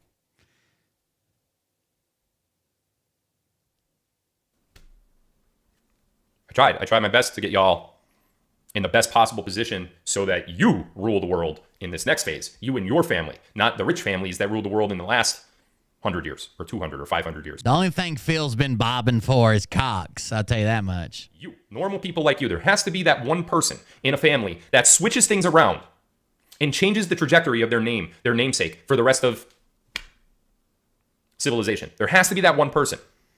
It's not just going to randomly happen. Somebody has to take the reins and say, you know what? My family suffered enough. Now it's my turn to switch this all around.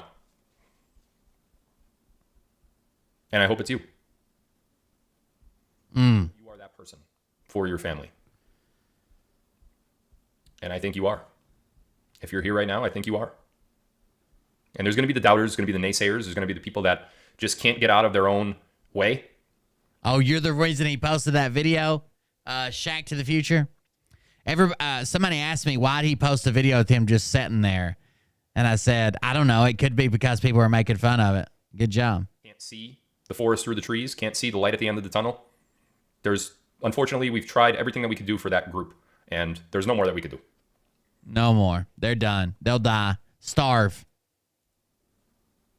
We'll be forgiving, and we'll be supportive for that group when this goes down. But for now, you have a responsibility for you and your family and the future of your family. And we are not, by any stretch, going back to how it's been. That is never going to happen again. Okay. Got it. Mark my words. It already has. It never changed. What do you mean going back? Nothing's happened. We're at the same place. We've always been back where it used to happen. Jubilee in 23. That's right. It even rhymes.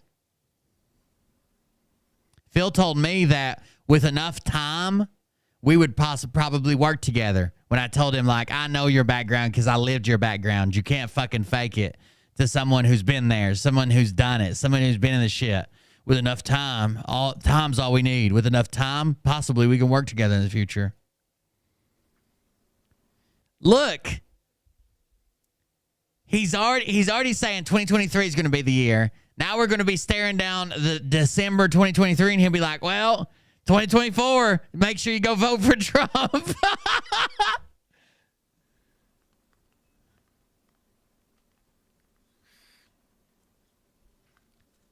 Phil is hurting, not helping. Phil is hurting and always has hurt the re-election of Donald Trump. If that's your goal, Phil is hurting that. Trump's not helping it, right? He's retweeting Q stuff. He's entertaining dipshits like Derek Johnson. He's not helping it, but neither is Phil. Phil is hurting it. He's got these people convinced that something's going to happen without an election. So when we get to the election, they're going to be like, fuck you. You told us that this was going to happen anyways. People on local saying, I want to fill bobblehead. So do I, actually. Might be something I work on. It should have a button right on top of its head and say, Carrie's easy. I mean, that was easy. What is it? What's it supposed to say? I can't remember. Didn't they used to have buttons like that? I'll show you guys. And then we'll get into the Q&A.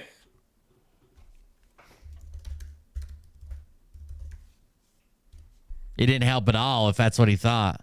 I told you just minor intel drops tonight. I was very upfront about that. I don't want anyone to think that I was the Hobbs thing. I don't think a lot of people know that Katie Hobbs was offered a chance to save herself.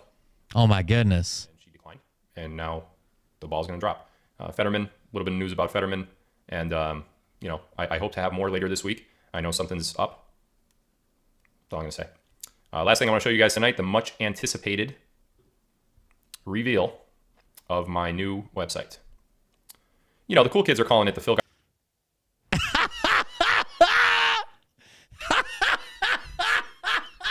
You know what we don't have enough of? The back of your head, bro. Is there any way you could be like looking out over a water line or something? What the fuck do you think you are, bro? What is this? What the fuck is this? By the way, I got a bunch of memes I'm going to show here in a little bit. Godlewski experience. You obviously don't have to use that term if you don't want to, but if you do want to, there's nothing wrong with using that. So he's trying to steal that. That's Joe Rogan, right? The Joe Rogan experience. The Phil Godlewski experience. Term, because a lot of people are using it. A lot of cool people are using that term. A lot of cool people are using like a really cool E when it comes to, this particular website. And, if you're cool, you could do that too if you want. It's, it's totally up to you. If you don't want, that's totally up to you as well. But nonetheless, new website is launched. Just take a quick peek at it here. This cool little section here in gray where you see the basketball court on the left, that's going to be updated. But right on the very front page, you're now going to be able to see when my next live stream is. Again, for those of you on locals, I understand that you can't share my screen, so if you want to hop over. Those of you on the paid version, you can't even see what I'm sharing right now. Phil,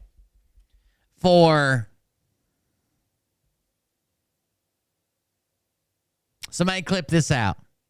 Phil, with as much as you bring in and as many people as you got on locals, for $10,000, I will show you how to share your screen on locals. $10K, non-negotiable.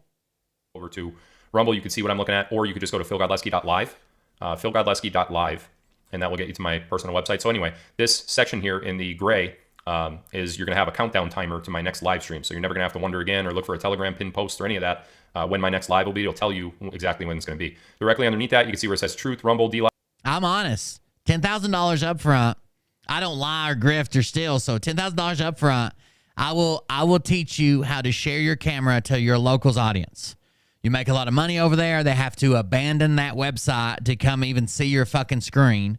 It's the dumbest setup I've ever heard of. For $10,000 cash, I will show you how to use your camera show your screen on locals. Live, 401k, PSI. Those are all direct links to my social media channels, as well as up here. It sort of functions. We went to it the other night. He's only announced it tonight, but like probably 4 or 5 days ago, we went to it before anybody knew it was live. I just checked it by accident, and there it went. My picture. You can see 3 links that are up top there. Those are also hyperlinks to Facebook, Instagram, and Twitter. They're right down there below. I don't know if you can see my mouse or not, but they're below my figure looking at the flag. So those are my social media channels, personal ones, which you could go to. If we go down a little bit, most recent live streams will be posted there. We're still doing a little bit of work on this section. Obviously, the most recent live stream is not July of 2022, like the Roe versus Wade there is in the middle. So we're making. But they can't figure out how to update that, so good enough. A little bit of changes to that section. You'll also see the total views of each video that are going to be on there as well. A little bit of a description. Should I save up money and be at the wedding? Can I be the objector forever hold your peace guy? If I'm going to the wedding, I'm riding a horse there. Like not to the wedding, but like during the wedding. I want to ride it up the walkway and object. I've got 2 words for you. Snaggle, tooth. Under the most recent live streams, if you were to click the view all link, that's right there. You could. Phil's my baby dad. I'm going to pay a homeless person just start screaming, Phil's my baby daddy at the wedding. Actually, that'll take you right to Rumble, and it'll show you all of my recent live streams. A little bit of an about me there. The contact me goes to an email. You can email me directly. It's very hard for me to respond to emails because of the amount that I get. Every once in a while, I do respond to them, though. Latest articles. These articles are from. He talks about all this context or all this contact he gets, emails. I get so many, can't do this, can't do that. My son accidentally called him on the phone the other day, and it took him about a minute and a half to say, yes. Yes. Can I help you? From locals. So I do write articles, various different articles on different He does not write articles. from time to time on locals. So if you want to check those out, you obviously could. I want to go over real quick what the membership price He makes Telegram posts over there. is. Let me make this bigger. If you want it to be Streak through it. To be honest with you, I could go streaking at it, and I'm sure they probably have somebody already there to carry or help with Carrie's train behind her dress, because I'll need somebody to pick up the head of my dick and follow me around. I'd hate for somebody to get tripped up. member of this web. 3 different levels for subscription. Just like there were before, the prices have not changed. They are the same. The Godlewskis are going to be like the Murdaugh family in 10 years. He did what? He covered up what? How many teenagers were over there? Okay, so for $5 a month, you're going to be an official member of the website. That's the cheapest package you could get, and you will get a weekly newsletter. It's going to be delivered every Saturday. The newsletter for this coming Saturday is already designed. It will be emailed directly to you.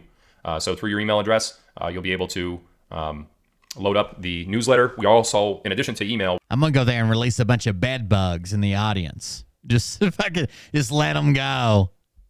we're also toying with the idea of embedding the newsletter directly into the website, philgodlewski.live website. So it may be that. I much prefer it to be embedded. I don't know. If we're lucky, they'll get the taste of blood, and then they'll start fighting the bride's pussy loss, and then we could just sit there and watch it. Really, if we're going to be able to do it just like a gladiator thing. The $10 a month option. Not only do you get that same weekly newsletter delivered every Saturday, but you do get to be a member of the private Telegram channel that is only for Oh my God. subscribers. Nobody else could get into that channel. The channel that you are in now, the private channel, will be deleted by next week. Oh my God. The new channel will be why? Because you can't control any of that now? I understand. entered into the website, and you'll be told how to get there and all that kind of stuff. So for the next week, anybody that's currently in the private channel from the previous version of this website, you could stay there for now. Once you resubscribe to this website, you will get the new website, the new Telegram channel. Okay. Every month, I'm going to try to do it on the first of the month, because the first is coming up here in March in a couple days. We're going to give away one silver coin, a 1 ounce silver coin. It's not going to be graded. It'll just be a silver eagle or buffalo or something like that. But we're going to give away one silver coin every single month. 2 points towards the field cruise. To a random winner that is at least a $10 a month. Everybody's going on a goddamn cruise. You guys want to go on a cruise with me? Should we organize a cruise? Carrie Cassidy's got one. Phil's got one. Scott McKay was talking about one. Should we have a CBC cruise? To the website. Now, we've been talking about the Phil cruise. It's going to be down the river by where I live. It's going to be an eight person raft. Get your tickets, okay? Quite a bit, and I'm trying to push that off until everything settles down here and the big reveal happens, so we can all just celebrate and not worry about anything. But I am buying out a cruise ship for my followers, or my.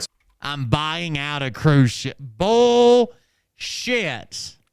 Bullshit. Bullshit, bullshit, bullshit.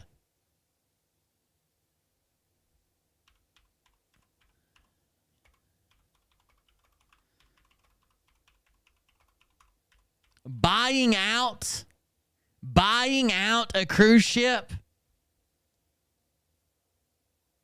Buying out a cruise ship.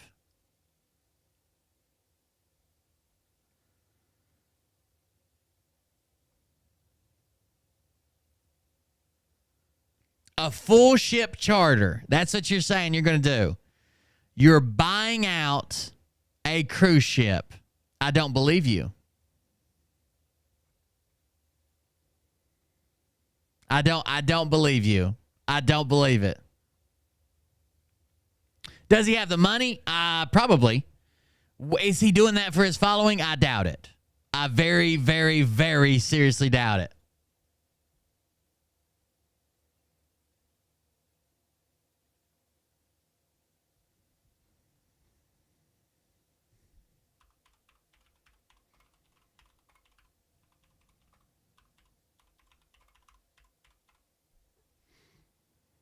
Subscribers, and you will be entered into a drawing if you are at least a $10 a month subscriber to my website. You will be entered into a drawing for the Phil Cruise giveaway. Okay, for every month that you are a member, the website will tabulate your points. For a $10 membership, you will get 2 points for every month that you're a member, and then those points will be tabulated. So I just found one that only has 180 rooms on it, which is a tiny, tiny, tiny, tiny cruise ship. Okay? 180 rooms on it. Tiny as fuck. It's a $173,000 per night. Plus docking, plus manifest, plus crew.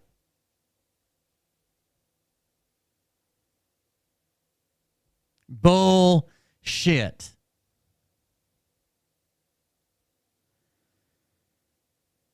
A week-long trip for 200 of your closest friends aboard a floating city will set you back only $500,000 fucking dollars. For 200 people, 200 passengers, $500,000 fucking dollars. Apparently, this is like the new big party thing for like rich people. They'll rent cruise ships. Instead of going on a yacht, they'll rent like a cruise ship. I've seen celebrities and shit do it. I don't think Phil will do it at all. No way. $500,000 for 200 people, and I guarantee you he's going to have a bunch more people than that want to go. He does have a following. And they will be entered into a drawing for the free cruise giveaway. So just by being a member of the website, you have the chance to get a free cruise ticket, all expenses paid. Okay. Now we look at the $25 a month package on the right. You get all those same things that I just described. You get the newsletter. Wait a second. If you're renting out a whole cruise ship for your following, and then you're giving away one set of tickets, all expenses paid, what are the other people supposed to pay you back? You get the private Telegram channel. You get the entry into the silver coin giveaway once a month, except you get 5 points to the Phil Cruise giveaway. And in addition to that, instead of the 2 points in the previous package, in addition to that, we will do a once a month private live stream. I can't wait. I hope he does take everybody on a cruise. I hope he does take everybody on a cruise. And the look on his face when he realizes that I'm not on a cruise with him, he's stuck on a cruise with me, is going to be worth every fucking penny of it. Every penny. Yeah, I'm not stuck here with you. You're stuck here with me, my man. Q&A once a month. It will only be a live stream that is live streamed to my website. It will not be on Rumble. It will not be on DLive. It will not be on Locals. It will be a once a month private live stream that you will only have access to because it's going to be embedded onto my. Can you imagine me going live every day from Carnival Cruises when I got the room beside Phil? My website into a private area of the website that you don't have access to unless you're that $25 a month level. Oh, that makes sense. By the time the cruise comes around, he'll already have all his followers will be broke. Okay. Now, up top here, I just want to show you the various links. Of course we're going to fucking crash it. I need a fucking gang of people up on this bitch. You want to talk about some piracy on the high seas? That are up on. I'm the captain now, bitch. Top and those 3 little lines right there. You can see live stream replays. You can see all my live stream replays by clicking that. If you do click that, reservation for. I want to see how the computer says that. Where'd it go? Oh shit! It didn't pop up. Type it in chat again, Miss Press. Reservation for Don Kedek. They don't always all pop up. I think it looks at top chat instead of live chat. I want to see how the computer reads it. Well, I guess I could type it because I know it'll pop up.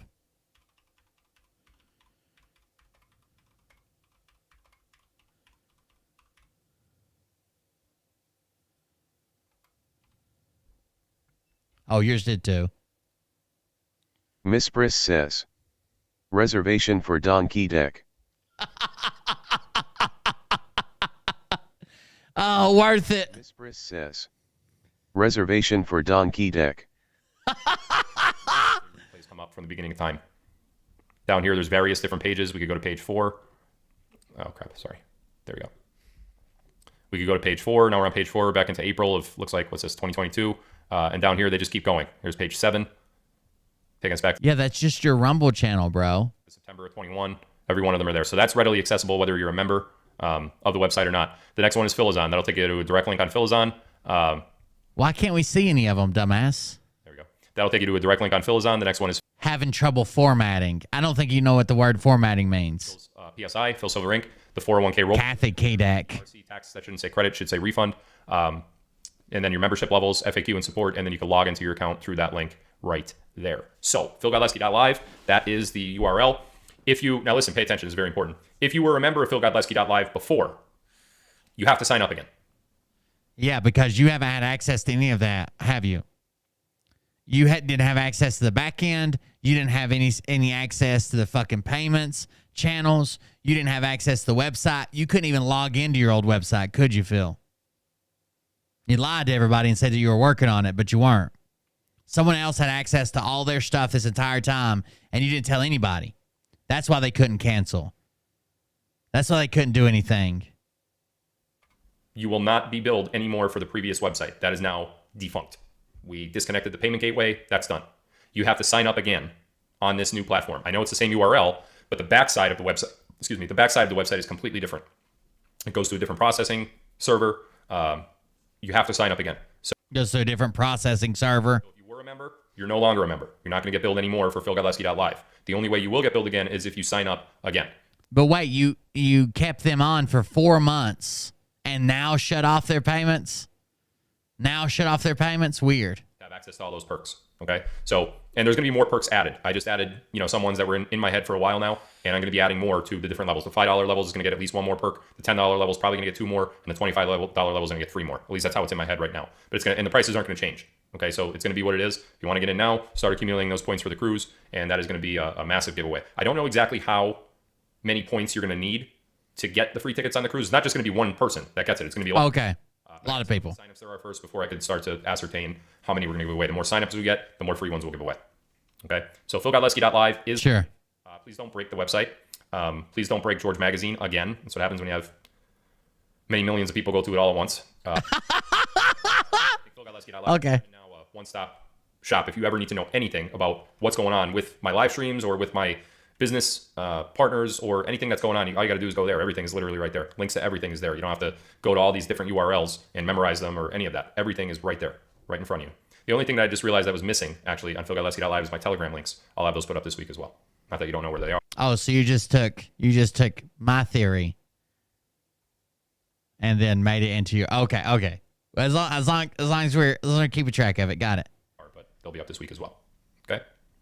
All right, moving right along here. No, just answering a couple questions here real quick about the website. The Telegram that has 10,000 comments a day, that is still going to be public. That's not going anywhere. Okay, that's going to stay. There will be a new Telegram channel that's private. Only subscribers will get to that channel. That's going to be a troll-free, spam-free environment because it's going to be private. No one's going to have the link to it except the people that... Troll-free, spam-free, except I'll be there. I'm everywhere. But thank you for pointing that out for us. You're in the Telegram channel now, the public one, the one that does have 10,000 comments a day. By the way, that's the busiest channel on all of Telegram. I don't know if you guys know that. Pretty cool. I guarantee it's not.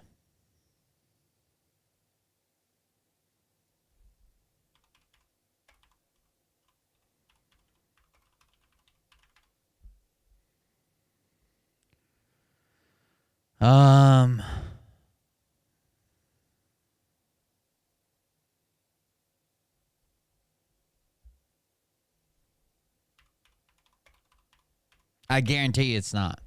100%.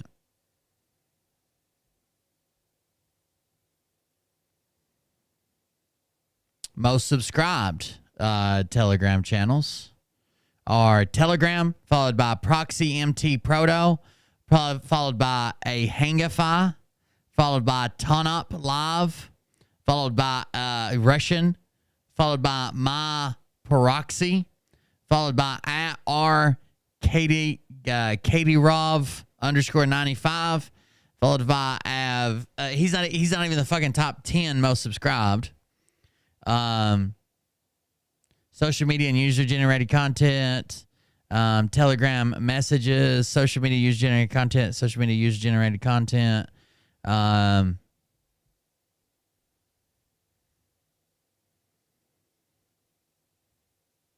100 best Telegram, 100 best, 10 best. I'm trying to find the most actives. Most popular Telegram channels, Telegram tips, Telegram news, Bollywood HD movies, Proxy, MTP Proto, Crypto Trading Bitcoin, Bitcoin News Crypto, The Fuckets, a movie template, Amir Tatalobo, My Proxy. Those are all way more active. He's not in the top list of those. He's not in the top list of any of these. Yeah, he's nowhere close. There's no fucking way. Most active Telegram channel of all time. Get the fuck out of here. The king of 1,000 comments a day. By the way, that's the busiest channel on all of Telegram. I don't know if you guys know that. Pretty cool. I am the king of Telegram, apparently. That's what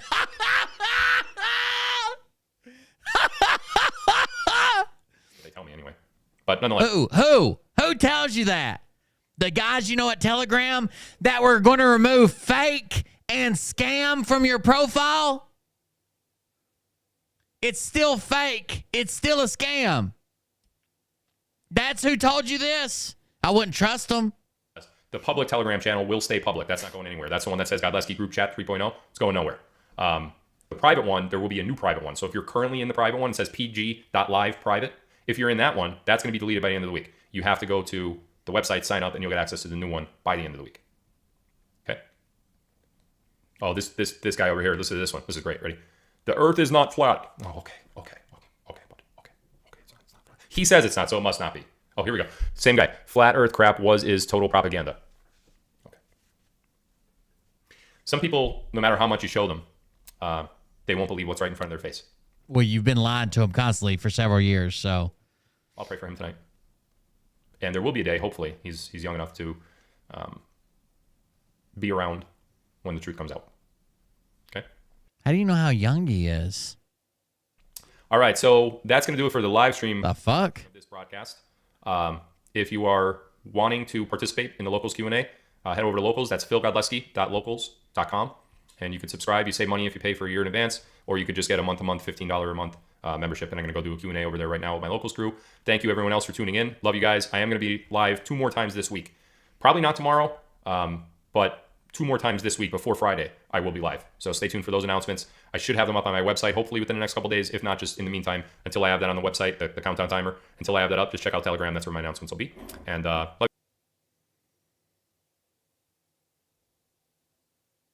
So he did a paid Q&A. A lot of people were pissed off about that. A lot of people were upset about that. That he said his content would always be free. He'd always make it free. Blah blah blah. Whatever. Did a paid Q&A. Yeah, he was. A lot of people were very upset about that. He tried to say, "Oh, it's a private chat Q&A to get people to sign up." Blah blah blah. There's no excuse for it. He's lied to his following once again. There would never, ever, ever, ever, ever be private shows. All content would be free. He lied about the ads, the Telegram, the money. He's lied about everything since he started. A lot of people were upset about that. There's a lot of people raising hell about it. In honor of 2023 being what some would say the best year ever, I figured that I would play a little music here, and I got some memes that were submitted by Bankin' Tree, so we'll check those out. But let's play this honorary music first. Oh, that's me.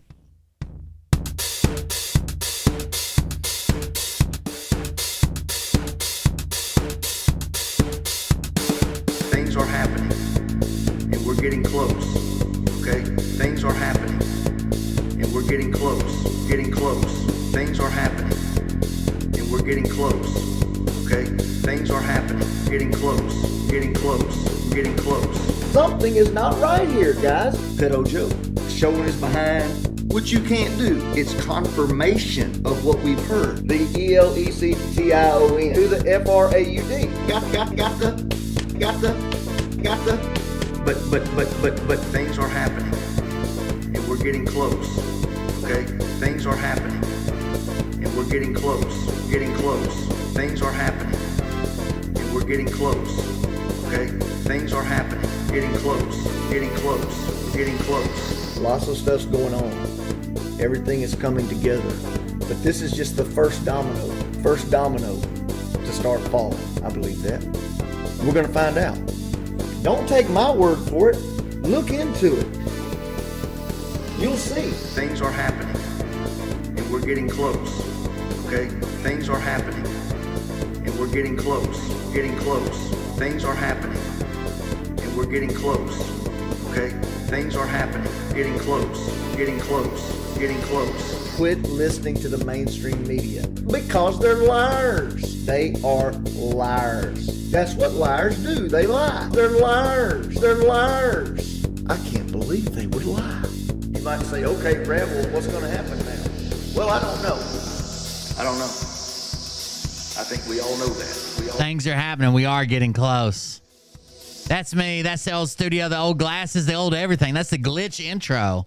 I don't think we have that anymore. Shout out to BT who made that music video. He's a musical genius. He does really good work. Shout out to BT for doing that. And I know we always do a bunch of memes from different people. Sometimes I make them. A lot of times Austin makes them. But Banking Tree sent me some, and they were pretty funny. So I'm going to grab those right quick and we go through them. These are all related to, well, most of them are related to Phil and his his insurance scam. If you see one you like, screenshot it. Here we go. It starts off with My Little Talk, Scott McKay, right off the bat, looking good. My Little Talk, Scott McKay, riding his motor wheeler around his old crotch cycle. So there you go, Scott McKay looking good. Then we have Phil Kahanis standing here over some type of skull. I don't know. This is probably something satanic. I'm not sure. We have this one. I don't even know what is that medicine stick he's got there. That does not look safe. That does not look safe. This one, the jerk. I think that's pretty appropriate. To be honest with you, the jerk coming in strong. It's a pretty good one. Here is Philahanis, the movie. Philahanis. And if you're a minor, you have to worry about Philipponis. So there's Philahanis, the movie. We have a new PS4 title with starring Derek Johnson called A Way Out, featuring Laws and Orders.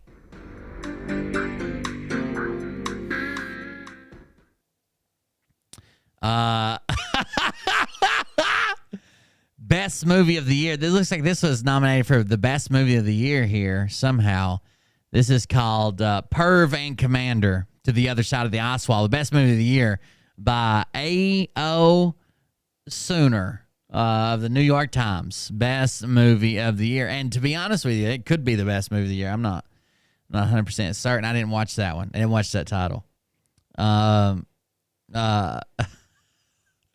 We also have, this looks like a Disney film maybe, judging by the text. This is called Phil Coxdroopy. I don't always get to third base, but when I do, I hate my penis. This is Mr. 15, the movie Mr. 15, which sounds like a pretty good title. If could be a family movie night or something. I don't know. You have to try that out. We also have, this was probably my favorite one out of all of them. I looked at them last night. This is probably my favorite one. Hot Tub Cuck Machine.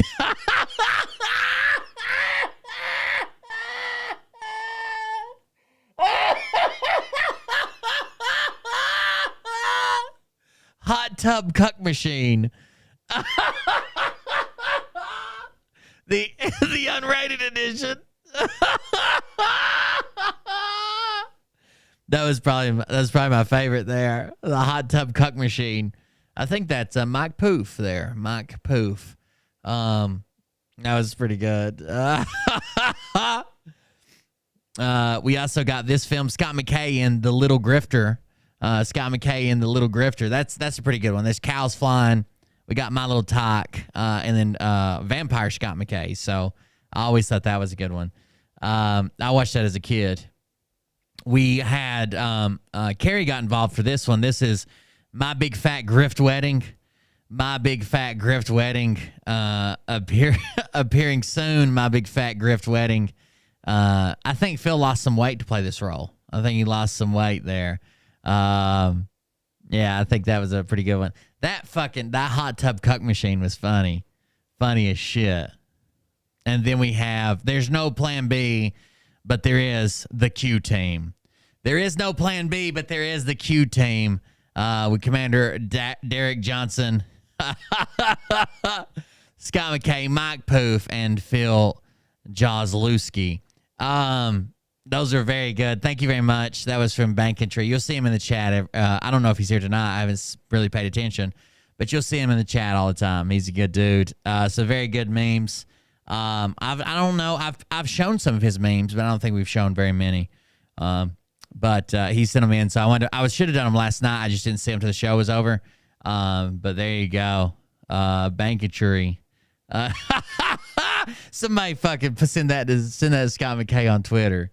Jesus Christ. All right, guys. That's it for me. I still got a headache, but the laughing helped a lot. If you want to support the show while we're offline, go to coldbreed.fund, subscribe, do those things. Let me check my activity feed. I don't think Dazzle 500 PR, you betcha we already played those. So thank you guys for joining us. I'll be back tomorrow. We'll probably do the Patreon show after tomorrow's show. Still holding steady on on the wound on Dad's toe. Not much progress, but at least we're not getting worse or infected. So they're going to try some other things now, including going back to betadine, trying to dry it out, and talk about some other options. So we'll see where that goes. Use the dono clip if you want to. Those are pretty cool. Send in a personalized message, audio or video. And thank you guys for joining us. I'm going to get out of here and go try to sleep this headache off. Thank you guys. I appreciate it. Sorry I didn't start earlier. I was fucking dying. I'm surprised I got through this long of a show, but I'm all right. We'll see you on the next one. Have a good night.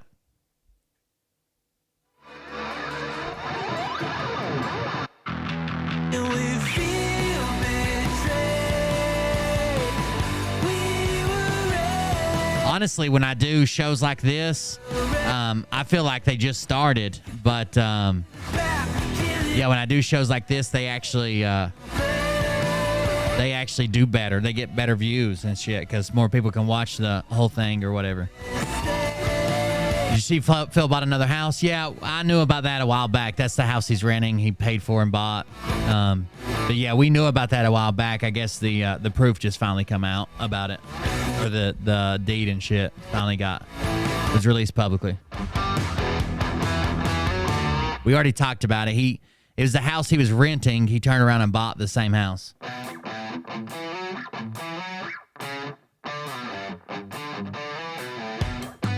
He did that in Vegas too. So now he bought the condo or whatever they're staying in Vegas and the one in Havasu, right?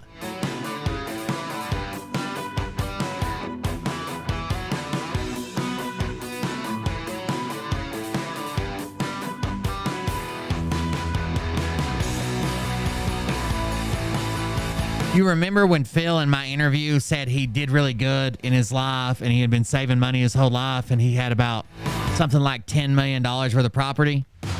That's what he was dreaming of. That's why he was grifting. That's why he was waiting for that money to come in. Not because he owned it, because that's what he was going to do. So even when his career crumbles, people hate him. Nobody will listen to him. They realize he's lied to them the whole time. They cancel all their accounts.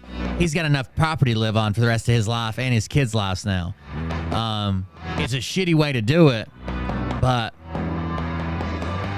fuck. I mean, some people are going to take that opportunity. If you present the opportunity in front of somebody to make enough money that they'll never have to worry again, their kids, and their kids' kids will never have to worry again, you're going to have a pretty decent percentage of people take that opportunity.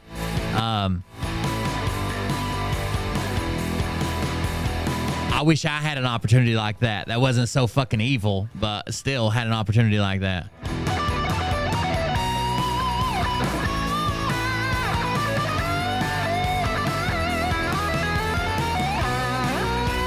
Will, suggesting the 7K website was put up in mere minutes due to how poorly it was slapped together is so wrong and hurtful. That took Phil days of work.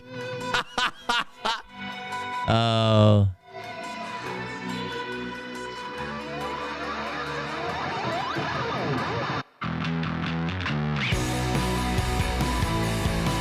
Everybody seems to be fans of the dramatic readings. That's all the comments I get. Love the dramatic readings. Best dramatic readings. Maybe that's what I should do for the whole show.